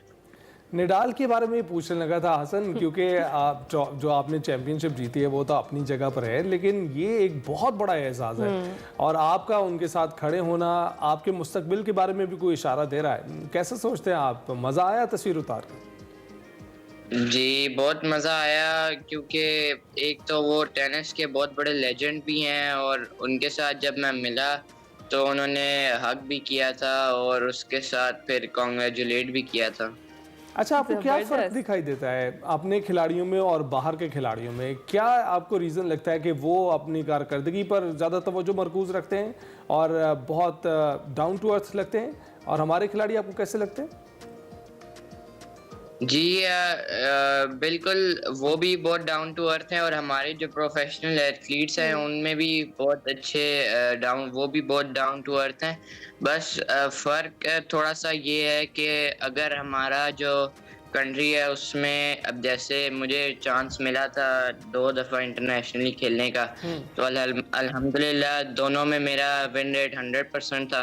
तो इसी तरह अगर गवर्नमेंट की तरफ से और बार्ड फाउंडेशन और एस एकेडमी की तरफ से और सपोर्ट मिलती रहे तो इंशाल्लाह I will try to dominate under 16 circuit, और बाकी अगर गवर्नमेंट भी फैसिलिटीज़ को थोड़ा और अच्छा डेवलप करे तो टैलेंट की कोई कमी नहीं है, we can also cope with the international players. इंशाल्लाह हसन, एक तो चैंपियनशिप के बारे में बताएं ना, ये ITF चैंपियनशिप जिसमें आपने वाइल्ड कार्ड एंट्री ली और जाते ही आप छा गए, क्या ज़बरदस्त किस्म का आपने परफॉर्म किया है, ज़रा इसकी स्टोरी भी सुनाएं।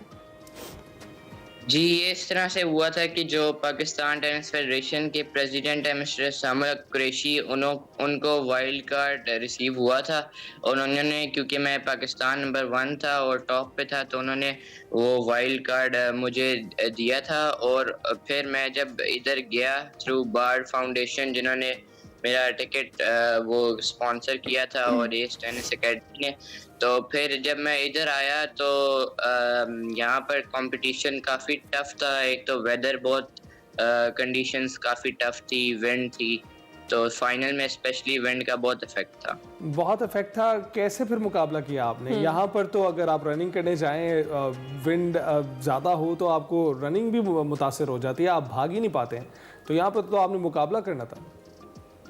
जी, इसमें विंड का इफेक्ट इस तरह से था कि क्योंकि इधर विंड ओपन कोर्ट्स थे, इंडोर नहीं थे, तो इसमें जब बॉल एक साइड से आती थी तो वो बॉल हवा की वजह से एक तो स्लो हो जाती थी, स्पीड का फर्क था और डायरेक्शन भी इफेक्ट होती थी। सही है। और आगे क्या प्लान्स है फिर हसन आपके? जी, आगे इंशाल्लाह अभी अगले साल से अगर गवर्नमेंट ने और मुझे सपोर्ट किया और बार्ड फाउंडेशन ने भी, तो फिर इंशाल्लाह मैं जो हूँ try to dominate the under 16 circuit next year.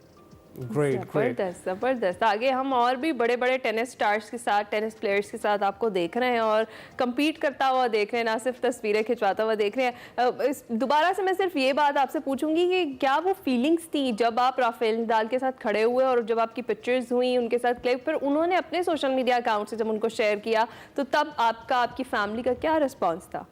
Fan following बढ़ी? जी, फैन फॉलोइंग बड़ी थी और इसमें जो मेजर चीज़ थी वो तो जब मैं मिला था तो I had tears in my eyes, क्योंकि इतने बड़े लेजेंड से मिलना कोई आम बात नहीं है, तो मुझे बहुत ज़्यादा अच्छा फील हो रहा था और फैमिली को भी, तो इट्स एन ग्रेट ऑनर। ये बहुत बड़ा ऑनर है जो आपको मिला है और ये आपकी अचीवमेंट है, आपकी मेहनत है जिसकी वजह से आपको मिला है। आप पाकिस्तान नंबर 1 ना होते, वाइल्ड कार्ड से एंट्री ना होती, राफेल नडाल से तस्वीर ना खींचती, तो यहाँ पाकिस्तान नंबर 1 होने की भी दास्तान सुना दें। कैसे पाकिस्तान नंबर 1 बने आप? आपने शुरू कहाँ से किया और अभी भी आप इतने छोटे से तो हैं, जो मंजिलें आप तय कर रहे हैं बहुत तेज़ी से तय कर रहे हैं।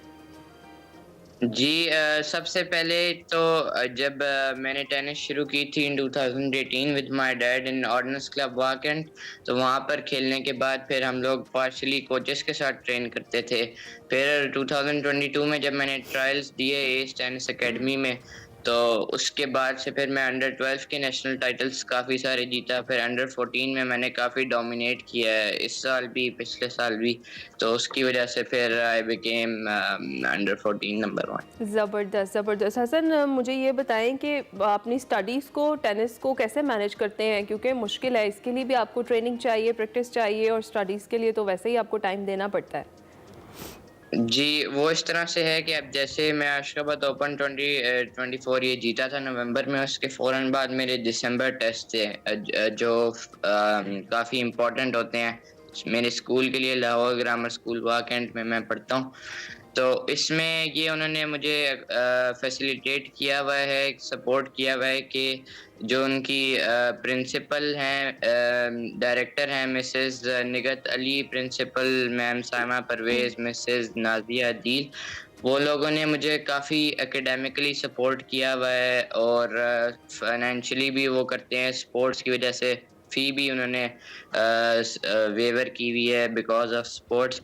और अब जैसे मैं दिसंबर में नहीं आया तो वो काफ़ी टेस्ट इम्पॉर्टेंट होते हैं, तो जनरली वो ऑनवर्ड दिए नहीं जा सकते, Right. पर वो फिर ये काफी ज्यादा वो कर देते हैं। बिल्कुल, और बहुत खुशी हुई हमें आपसे बात करके, आपका जज्बा हम देख पा रहे हैं और उम्मीद करते हैं कि आप मज़ीद गोल्ड मेडल्स भी पाकिस्तान के लिए जीत कर आए हैं। अभी के लिए मुबारकबाद, आपने गोल्ड मेडल जीता है। और इसके साथ साथ जो निडाल के साथ आपकी तस्वीर है, दिल खुश कर दिया आपने। हम तो तस्वीर देखकर खुश हो रहे हैं, आप पता नहीं आपके क्या जज्बात होंगे उनके साथ खड़े होकर। और साथ साथ अब हम ये उम्मीद करते हैं कि रॉजर फेडरर के साथ भी किसी दिन आपकी तस्वीर सामने आए। बहुत शुक्रिया हमसे बात करने के लिए जनाब। वो तो खुशबू हवाओं में बिखर जाएगा, मसला फूल का है कि फूल किधर जाएगा। मोहब्बत की खुशबू को शेरों में समोने वाली शायरा परवीन शाकिर के मद्दा आज उनकी 30वीं बरसी मना रहे हैं। 24 नवंबर 1952 को कराची में पैदा होने वाली परवीन शाकिर ने थोड़े अरसे में वो शोहरत हासिल की जो बहुत कम लोगों को मिलती है। आपने इंग्लिश लिटरेचर में जामिया कराची से मास्टर की डिग्री हासिल की और इसी दौरान आपने अपने करियर का भी आगाज़ किया। दौरान तालीम परवीन शाकिर उर्दू मुबाहिसों में हिस्सा लेने के साथ साथ रेडियो पाकिस्तान के मुख्तलिफ फिल्मी और अदबी प्रोग्राम्स में शिरकत करती थी। लतीफ़ जज्बात को लफ्ज़ों का पैरहन देने वाली फूलों और खुशबुओं की शायरा ने खुशबू, सदबर, खुद कलामी, इनकार और माह तमाम समेत दर्जनों शेरी कलाम लिखे। परवीन शाकिर की शायरी आज भी सुन के तरोताज़ा हो जाते हैं और किस बेबाकी से वो अपनी दिल की बातें कह जाती थी। ये एक छोटा सा ट्रिब्यूट जो हमने उनको पेश किया। और अभी जाते जाते हम बात करेंगे, पाकिस्तान की नामवर मुसन्निफ़ा हैं बिप्सी सिद्धवा, अमेरिका में इंतकाल कर गई। 11 अगस्त 1938 में वो पैदा होने वाली, अमेरिका के शहर ह्यूस्टन में मुकीम थी। उनकी उम्र 86 बरस थी। बिप्सी सिद्धवा को हुकूमत पाकिस्तान ने उनकी खिदमत पर सितारे इम्तियाज़ से भी नवाजा और उनके नावल आइस कैंडी मैन को BBC ने नई दुनिया की तश्कील में अहम किरदार अदा करने वाले 100 बेहतरीन नावलों की फहरिस्त में शामिल किया। जी हाँ, और उन्हें हमेशा याद रखा जाएगा। उनके अहले खाना के मुताबिक उनकी जो आखिरी रसूमात है 3 दिन बाद ह्यूस्टन में ही अदा की जाएंगी। इसी के साथ ही एक्सप्रेसो से हमें दीजिए इजाज़त। अपना ख्याल रखिएगा, फीडबैक ज़रूर दीजिएगा। अल्लाह हाफ़िज़। अल्लाह हाफ़िज़।